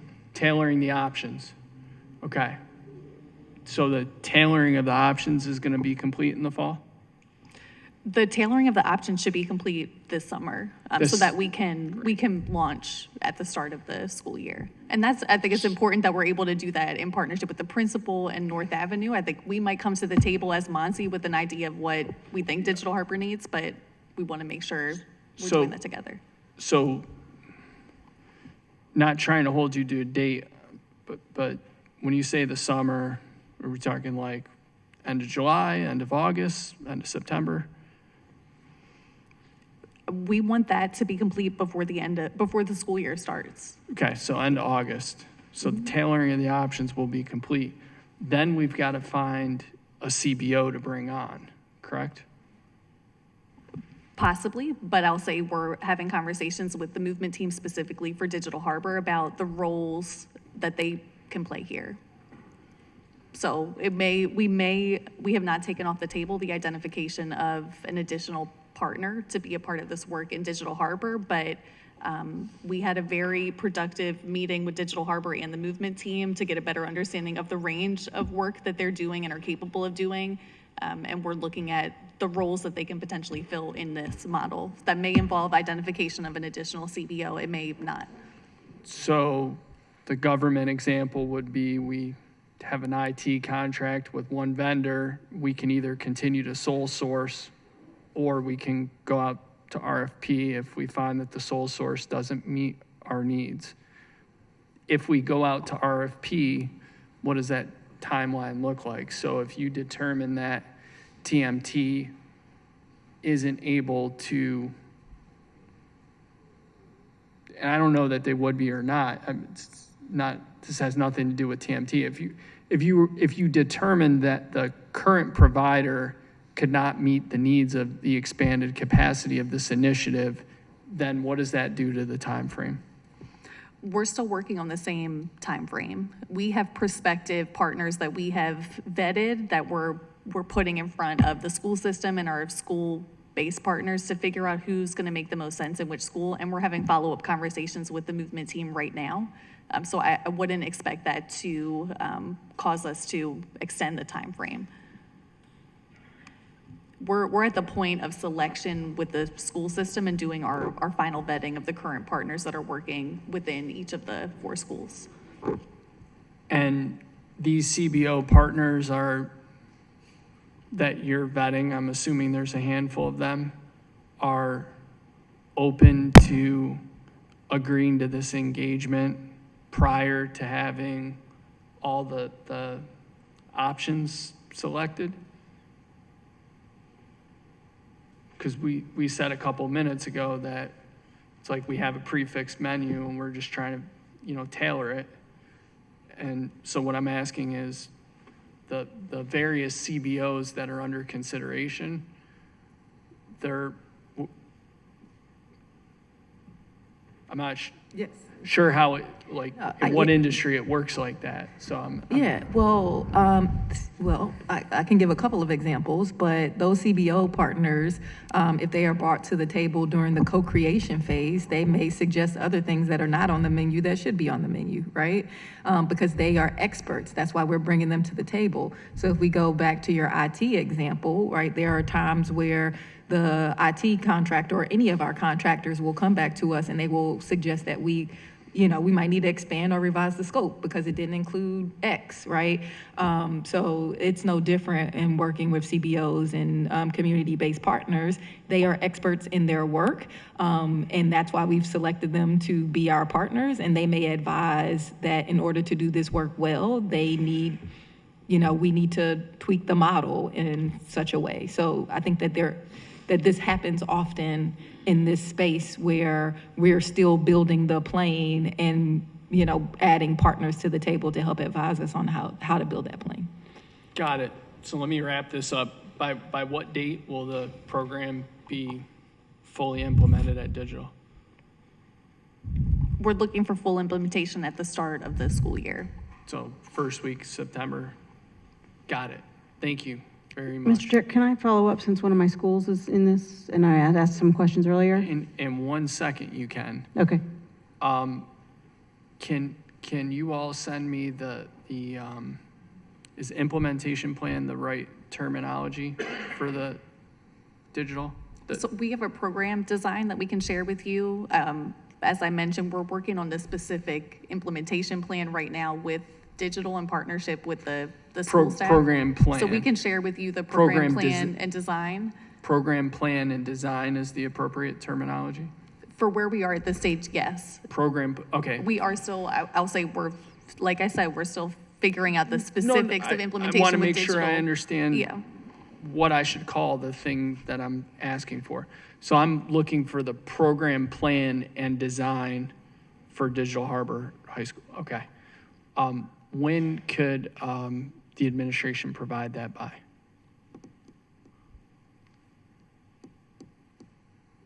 I mean, we can provide the program plan and design this week. Yes. By Thursday night? Sure. Thank you. Naya? Can I just do a quick Yeah, follow-up? go Okay, ahead. Thank you, Mr. Chair. I realized that you were talking specifically about Digital Harbor, but I thought at Mervo we're a lot farther ahead in terms of actually on the hiring side right now. And that was one of the delays from before, was that we just couldn't, there was a problem with hiring. Is that correct, or are all the schools in the same phase? All the schools aren't in the same phase, but there is certainly still work to be done. Mervo, I mentioned the leadership transition. So Yes, that is the challenge there, because we are getting a new principal, correct? Which we don't know who it is yet. Yes, I understand. Yeah, so I think we're working in close coordination. It's why we've needed to make sure the principal supervisor is at the table. We have the right people from North Avenue, because they're going to play a critical role in making sure we can forge that transition. We don't want to be starting from zero. I think we've already gotten some good momentum at Mervo and understand the purpose of the work. We've gotten some good momentum because I've been hearing about it. So I just want to make sure that we're on the right path, that we're, actually going to have something. Yes, that is our focus. As we've kind of reignited any lingering conversations with city schools and with our specific school partners, I think we're in a place where we all understand the work, we understand where we are. We're having conversations about each of the specific schools, but we are at the stage of developing that specific implementation plan for Mervo, ideally building off of some of the work that Peace Team's been doing in the past few months outside of the Right, school. and there's been some work being done there. So I guess I just understood that we have to hire, and September is like tomorrow. So that's going to take a while, because I think we're going to have a few new staff people at Mervo as a result of this. So I'm just worried that the time frame for hiring and getting this work done is like September is tomorrow. So that's why I'm concerned, because I thought that we had already started the hiring process, to move forward on the Mervo strategy. We still, while we may have identified the community-based provider that's going to play a role in life coaching and/or violence interruption within that school, we're still at the same stage of determining whether we need to identify a secondary partner to come in. So that's work that we're doing right now with the school when we next have an opportunity to sit down. I'm aware of the time crunch that we're in around hiring. It's been a focus of mine with my team, and we're focused on making sure we can honor our commitment here. Thank you. Well, we'll follow up on that as well. I guess one other question is the process with the school system on the MOU. Things don't move quickly. So I'd like to make sure that we can advocate on your behalf to get this done. And, we don't have to go to BOE, right? We don't have to do that, thank God. So we just want to make sure that this is happening, because I don't want that to be held up either. Yeah, we have a draft. Our legal teams have already been conferring together. One of the things that's taking a little bit more time is the details around data sharing and exactly what the data infrastructure will look like within the initiative. So I think that's where some of our conversations are right now with the staff. We've been able to reach a lot of points of agreement with the school system. And so at this juncture, I'm not concerned about us being able to get the MOU done. It captures where we are with the work and sort of the variety of stages that we're at for each of the 4 schools. But this is something that I've already advised the chief of staff, who started last Tuesday. This is going to be something really important to make sure we can get across the finish line. Because of the importance of this work, we have to make sure this starts in the fall.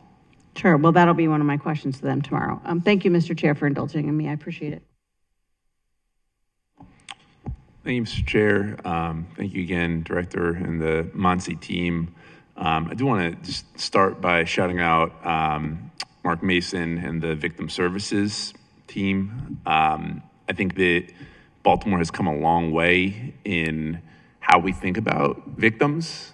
We have a not so great history of re-victimizing folks by treating victims of crime as criminals, and that has been well documented. And I think we've really come a long way, both in terms of the work that Mark and his folks are doing, but also in just streamlining. You know, there's, as you and I have discussed before, Director, there's all these different pots around victim services, health department, police department, state's attorney.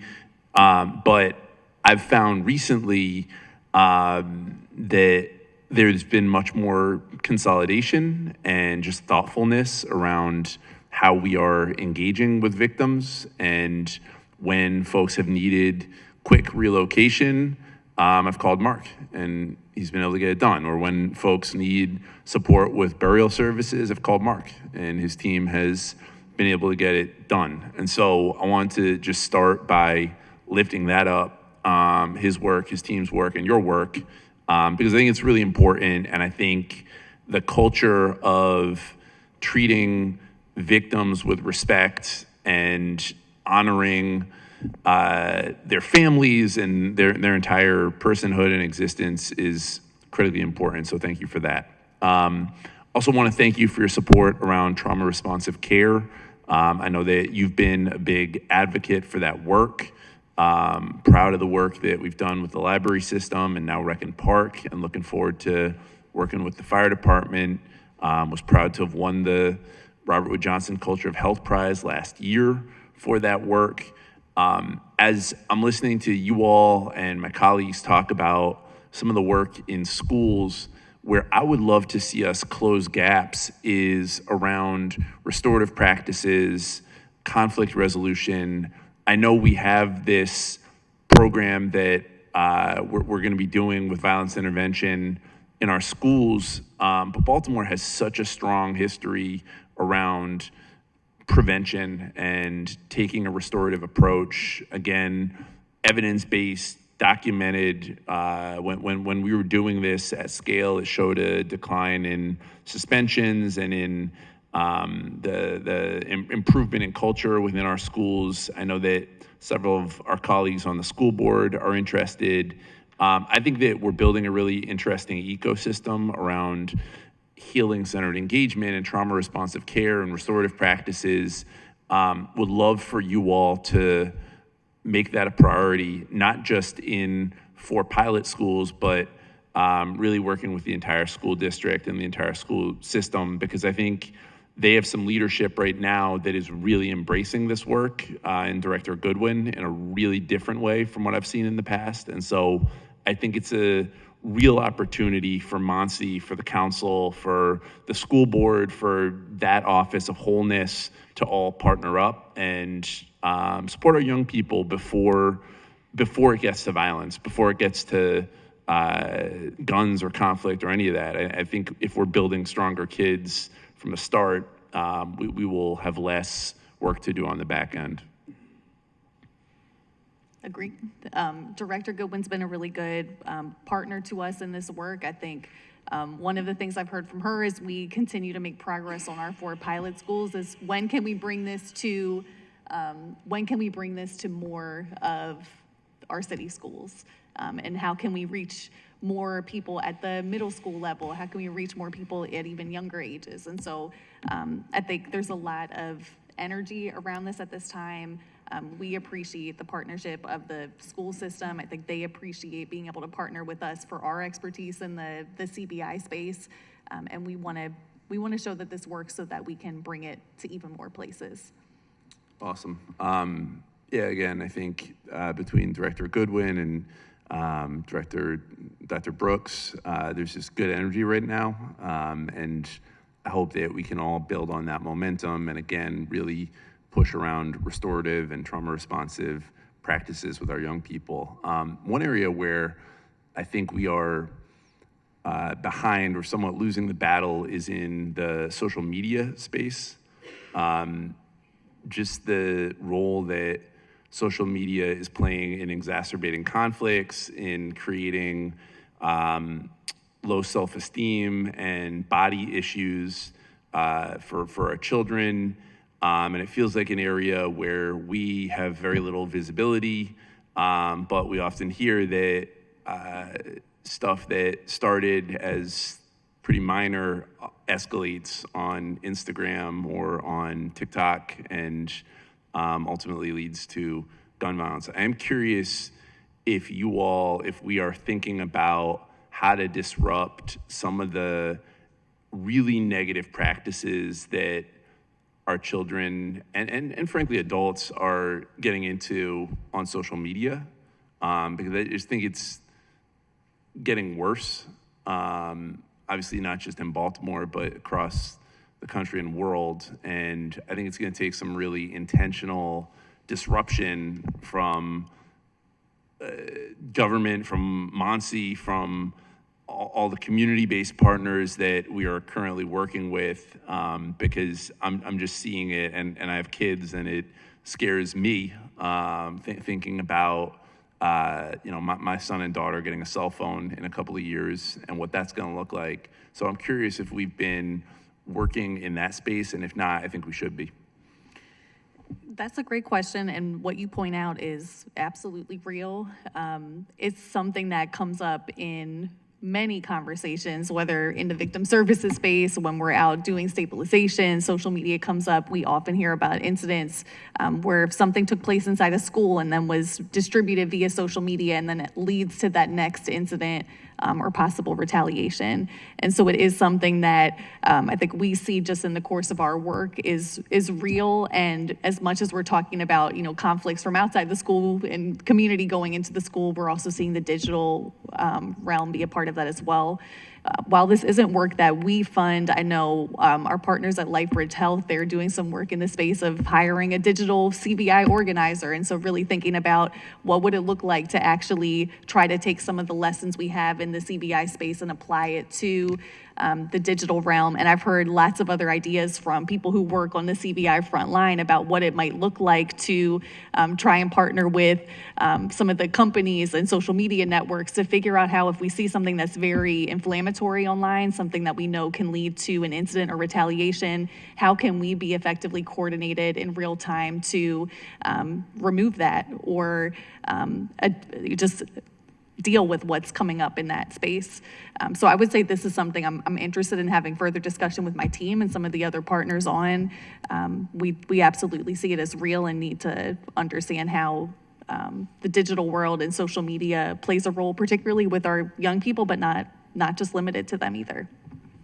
Yeah, no, I appreciate that. And, in the same way that I think during the pandemic, we thought differently about credible messengers in public health and having sort of a whole set of messages and messengers that could disrupt the virus and convince people that taking the vaccine was a good idea and that COVID was real and that the consequences for getting it could be deadly. I think we need a similar approach in dealing with this, and I think some of it will need to be like young people themselves being those credible messengers, because I think as we know, kids listen to their peers more than they listen to adults, and I just I'm glad you're starting to think about this, because I think it's something that we as a city, we as a country, we got to get ahead of.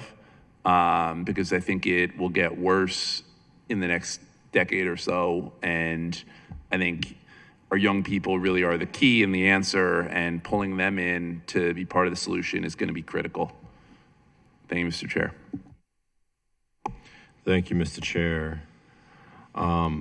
Last week, we had an opportunity to talk with the state's attorney's office, and Amanda Grantham gave us a little bit of insight on the victim services work that they were doing.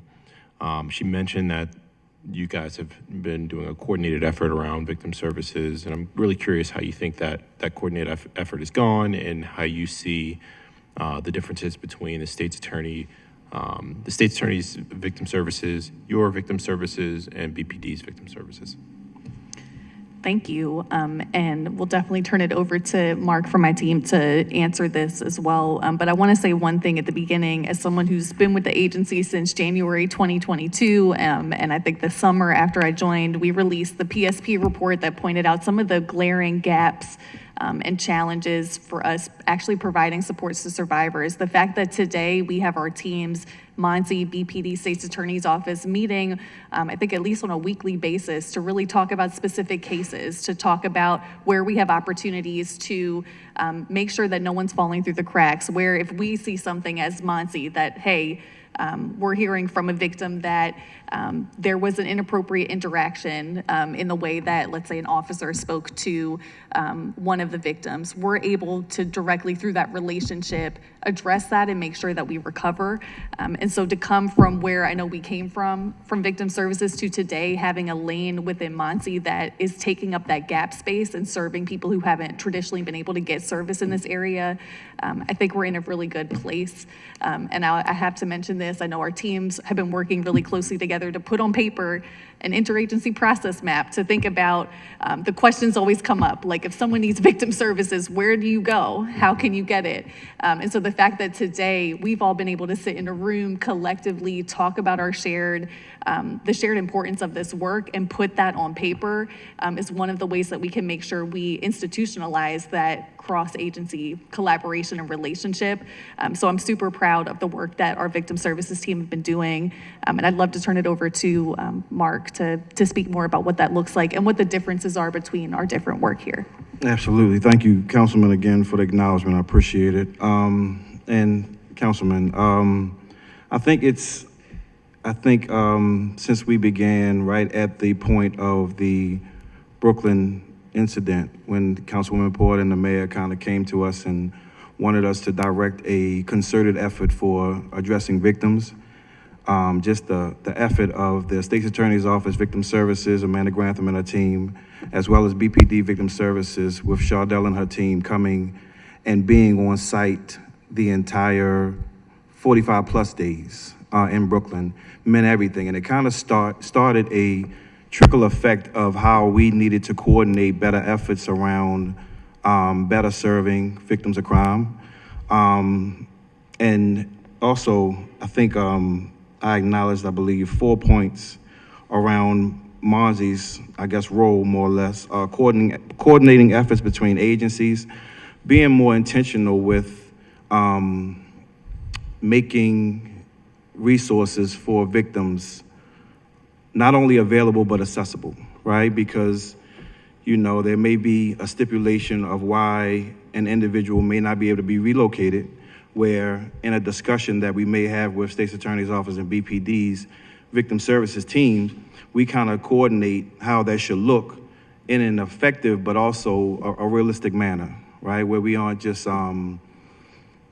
leaving information unknown, more or less, with not getting into it too much, but us actually doing that in a concerted effort has meant everything, you know, not being able to have anyone fall between the gaps, right? Making sure that everyone is addressed. I say this all the time, there's been I don't want to jinx it, but there's been a minute since you've had someone complain about not being able to be served as being a victim.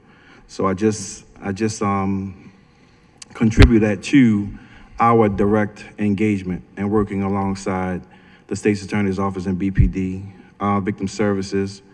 Also ensuring underserved populations have, again, accessibility to victim services through connection with CBOs, right? We have great relationships with a number of different CBOs who serve victims of crime, and making sure that CBOs. I'm sorry, community-based organizations. Forgive me. I'm sorry. And making sure that they understand that our resources are totally available to them, because they are actually getting connected to those underserved populations that may not feel comfortable enough to come to government agencies. And again, That's us not allowing anyone to fall between the gaps. And I think the last point was direct services through intensive case management, just picking up where other agencies may leave off. This is the first time that the mayor's office has actually had direct services and intensive case management, so that all comes along with follow through, just not just giving basic victim services. We just make sure that we enroll individuals into our programs and just try to serve them in a holistic manner. Mental health services, getting them connected to victims' compensation, relocation if needed, school supports. A lot of people don't realize that young people who actually go to school, when we talk about school-based services, young people who go to school after being traumatized or being involved in a traumatic event, sometimes they may go to school and, their behavior may be misconstrued as being, just them actually misbehaving more or less, but they have been traumatized by that event. So our team does an amazing job with going into schools and making sure that the appropriate individuals in the schools know that this child has been affected, which is why we, fully support that Handle with Care Act. Interesting. So do you guys find yourselves separating out who provides support to which victim, or do you find yourselves just providing different types of victim services, or both, I suppose? Absolutely both. So we actually give them full access to our roster of individuals that are referred into us because, again, sometimes they may have more trust in MONSE than they may have in another agency. Mm-hmm. So we make sure that there isn't a conflict or, a cross between us actually possibly servicing or relocating a witness more or less, in contrast to serving an initial victim. So we have those bi-weekly meetings, and they actually been moved to weekly, where we actually discuss any cases that have come through our office, and just, put it on their radar that we are connected to those individuals. But it's the constant communication that we know that, if we're talking about what each agency is actually, set aside to do, it makes it easier for us to actually collaborate and be more effective. Yeah, no, that's great. Good to hear you guys are working together, and of course the work is really, really important to make sure that folks don't become re-victimized or become perpetrators in some instances. And so those relationships go a long way, and navigating them quickly and thoroughly and sensitively, they're all very important pieces. So I appreciate the work you guys Absolutely. are doing. Thank you. Yeah. The other question, so I wanted to ask about under Service 618, the recommended budget includes $270,000 to expand GVRS to the Eastern and Southern police districts. And it says that the additional funding will be used to create 2 new positions. Now, I know the plan is to expand GVRS to the entire city by 2025, by the end of 2025. Do we expect that those 2 positions will contribute, help, or take on the additional responsibility for the remaining districts after that? Or do we expect additional resources will be needed to do so? So thank you for that question. The 2 additional positions are for counterparts for our current 2 GVRS managers. Our expectation as we worked with the technical advisors was that each pair of our GVRS managers could handle approximately 3 districts. And so now we're to the 4th district. Our 2 GVRS managers are doing an amazing job holding it all together. But we absolutely need those additional 2 counterpart manager positions in order to support scale. I'll say that's something that the deputy director and I are assessing in terms of whether those additional 2, plus the 2 GVRS managers we already have on staff, can manage the full structure once we get citywide. We know the Southern District is going to be probably the last of our big expansion districts when we think about group dynamics across the city. And so that's going to be a really important test case for us. But I don't know, Terrence, if there's anything else you'd want to add there around staffing. No, I think that's right. Only that, of course, when you're talking about that they can handle the work of 3 districts, we don't segregate the work by district, it's just the amount of work that they're covering. If that makes sense. Elaborate a little more. So, so let's say that we have in 3 districts a total of 90 identified individuals along with all the work, right? And then we do 3 more and we have another 90 people. Well, it's not that the one service partnership manager would only be dealing with the first 90 and the second one would be dealing with the second 90. They would take all the work as it comes in, right? They just, and not only are we, of course, going to get more people, we're also getting deeper in the work.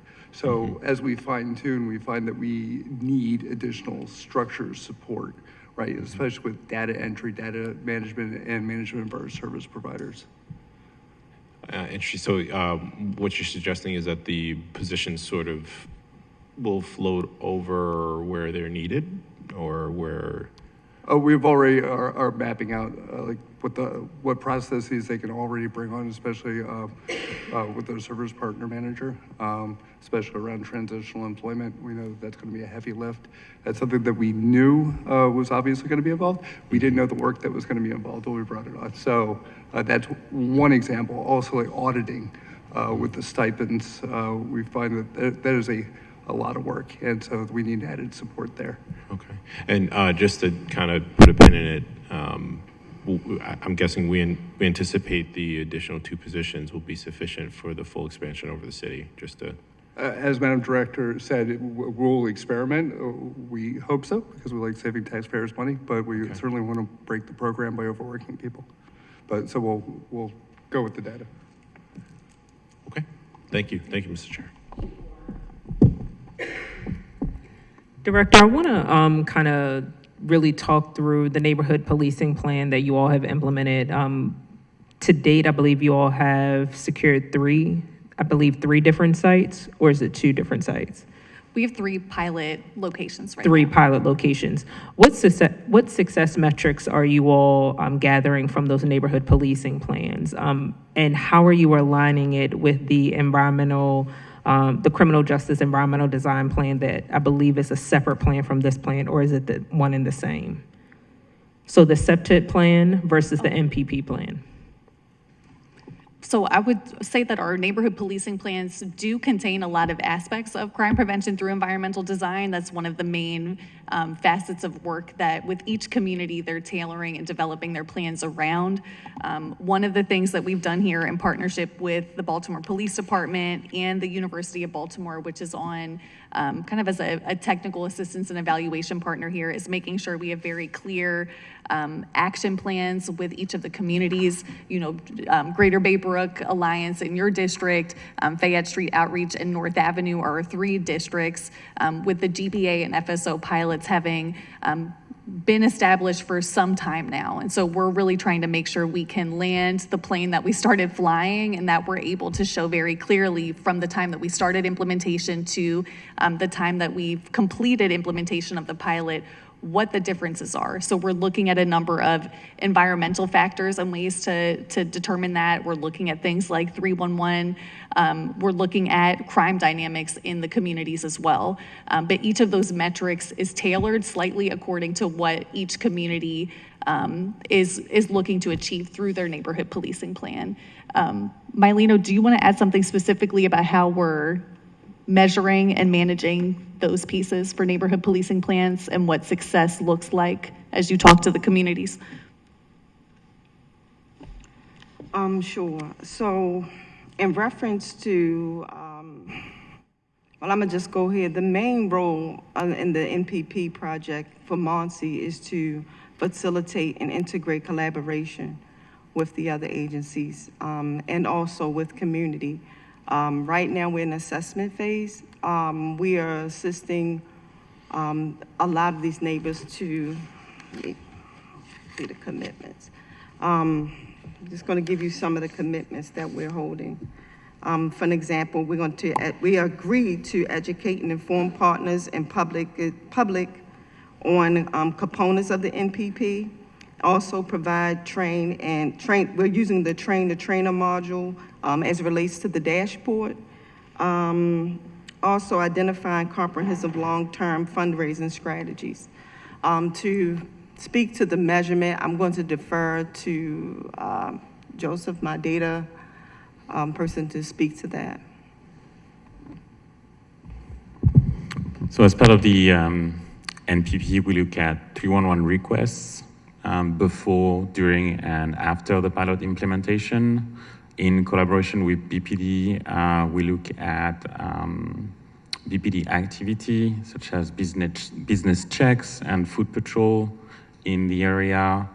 And before the implementation, our community partner runs a survey of the community to understand the needs and their perception of police and their relationship with law enforcement. So all those metrics are taken into account. Yeah, and I believe that I asked that question. I believe I asked that question before to you, Director, about making sure that we not only have the hard things like the 311 request, BPD response, but we also have the feeling of safety as well. So the feeling of public safety and really kind of feeling that emotional, that social emotional learning associated with public safety. So I would kind of add to your metrics that you're utilizing for success, because 311s are good. They're a good measurement, but if people aren't feeling safe, then we need to make sure that that's happening, and particularly with the amount of funding that's associated with those neighborhood policing plans for each of those community-based organizations. I want to make sure that we kind of generate additional, some additional data around that as well, related to like emotions and feeling safe in the city. I wanted to also follow up. I was looking at your biennial report. It was released in April 2024, and you mentioned initiated case management for returning citizens. Are you all coordinating or have coordinating with Councilman Torrance in his Office of Reentry? Yes, so when I mentioned safe return planning earlier, which is something that Councilman Torrance also inscribed within the legislation, we're really proud to have partnered with him on this, and definitely believe deeply in the mission of making sure that this work is institutionalized in local government. And we've started just within the past quarter, I would say, some of that work around case management. I know Councilman Torrance joined us behind the wall to talk to some of the participants, and those are some of the same folks that we're beginning to do that case management work around. But yes, definitely working with him closely on that, and looking forward to that office really coming into reality. And taking the charge of that particular aspect of the plan. Okay, Yes. Thank you.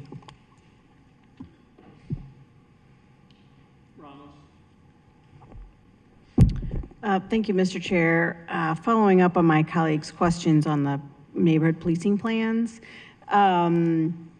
is there somewhere where we can see what's happening? Like you've mentioned some outputs here, number of 311s, et cetera.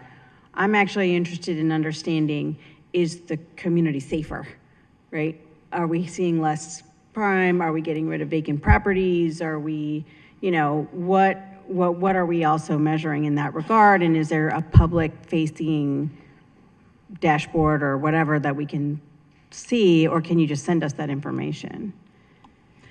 I think this is information that we could share with you. I do know my team has worked on visualizing the data as a tool that we can use internally as we're meeting both with communities and our interagency partners and BPD.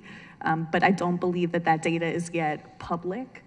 But I do believe we have data we can share in terms of the work that's already been happening and what we're measuring internally. Joseph, would you like to add to that? So I just want to mention that the next iteration of the Public Safety Accountability Dashboard is going to include a page on NPP, which is going to be public. In the meantime, we have shared an internal draft of the dashboard with the NPP community some time ago. The feedback we got was that it needed to be a bit more community friendly, so we worked on the design to make some improvements. Okay, great. So you're working on that piece. I do know, I remember having a very long conversation about this last time and the time before about, in terms of budget hearings, about, the connection with addressing crime and addressing vacant properties. And so I'm extremely curious as to where we were 2 years ago, which I think I have that data on the vacant property side, and where we are now. and how that is moving, because that seemed to me like it was one of the top priorities, even though none of these neighborhoods are in impact investment areas. And so, actually, one is. So I just want to make sure that we're still, moving that direction, but having the data in a way that we can see it, in real time. I would love to take a field trip and see what's going on as well. So, that would be super, because I do think that's a great model and I want to be able to expand it, but I really want to see what's going on, and we haven't been able to see what's going on unless we go take a field trip, which again, I want to be able to do. So if you can send us that information now, I would love that. Sure, we'll work to send that to you, and would love to schedule some time for a field trip and even potentially conversation with the University of Baltimore, which has given us lots of really important insights through this process that are helping us think about how we can expand and sustain this as we move forward. Super, that's great. My second question is some technical questions on your data in the book. Number of people assisted with barrier removal. This is under Service 617, Criminal Justice Coordination. And then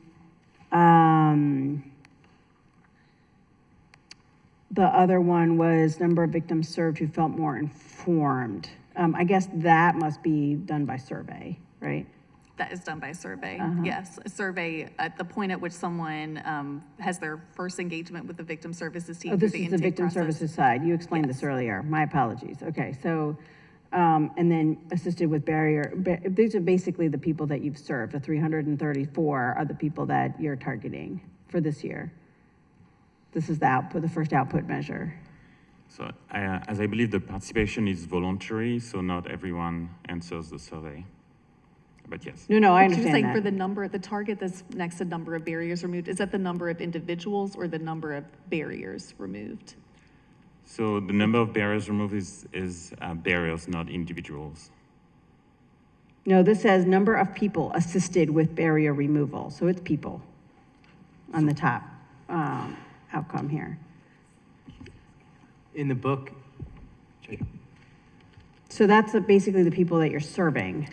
The people that we're serving who we have removed some barrier for. So, so that can be housing assistance, that can be providing a space for them to do a supervised visit and monitored exchange, that can be some kind of help applying for benefits, getting an ID. But somebody took advantage of this, Yes. it. It wasn't just somebody who you reach out to said no, they didn't want help, and then they, Correct. right, This is got it. someone that we've taken advantage of, and then we actually, we can provide, if the council is interested, a breakdown of those barriers that are removed. We track them with a high level of detail around the specific barriers that have been removed, because we may have one individual for whom we've removed 4 to 5 barriers. There may be someone else who we help make a referral to another Right, so you're provider looking- who may not have had a barrier removed, but we're tracking all of that internally. And excuse me if I missed this earlier, but can you tell me more about the Baltimore City Visitation Center? Yes. So the Baltimore City Visitation Center is something that MONSE operates. Our Visitation Center program director is also here, Sherelle Peterson, who could talk a little bit about what that work looks like. But since the start of the mayor's term, and thanks to ARPA funding, we've been able to take the hours, essentially double the hours of operation for the Baltimore City Visitation Center. It did operate on an every other weekend basis. That's now operating every weekend, and so we've been able to drastically increase the number of hours that we have available for this really critical service. But would love to give Sherelle an opportunity to speak more about what the work of the Visitation Center looks like, because it's not often something that we get to talk about a lot, and unless you've taken us up on the services or had a need to, you may not even know it exists. And so, Sherelle.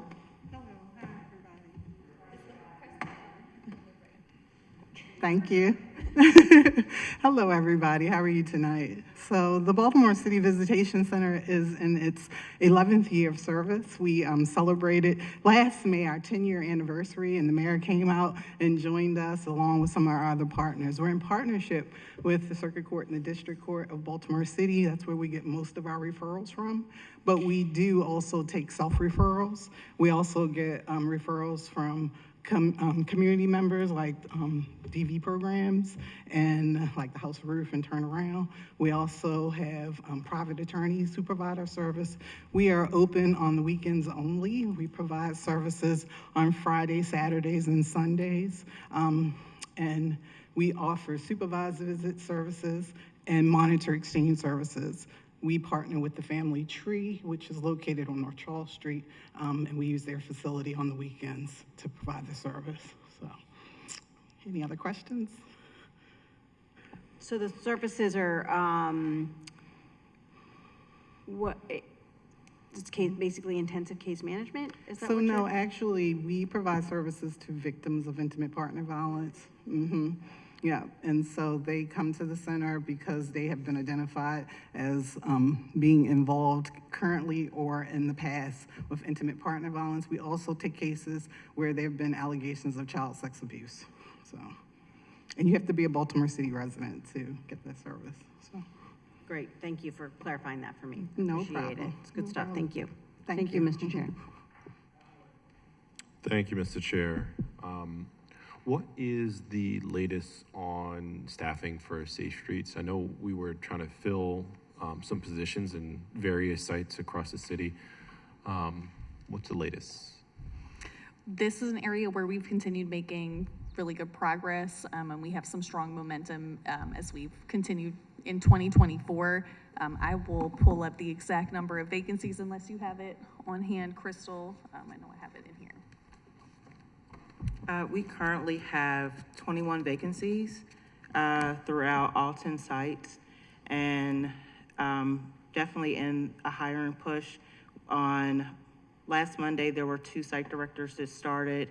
The prior week, there were 3 other leadership positions that started at various sites, and then in the next week or so, there will be 2 more individuals with scheduled hire dates. And continuing with the hiring process with recruitment, vetting and interviewing a number of candidates. And we've been making a lot of progress since the end of November of last year on getting all of those positions filled. What is the denominator? How many total positions do we fill? What's our vacancy So rate? there are 77 budgeted positions. Got it. So 21 of 77. Okay. And do we have an update on efforts to, or is there any plan to reopen Bel Air Edison? Yes. So the Bel Air Edison site, we did restart operations at the Bel Air Edison site through a modified operations plan.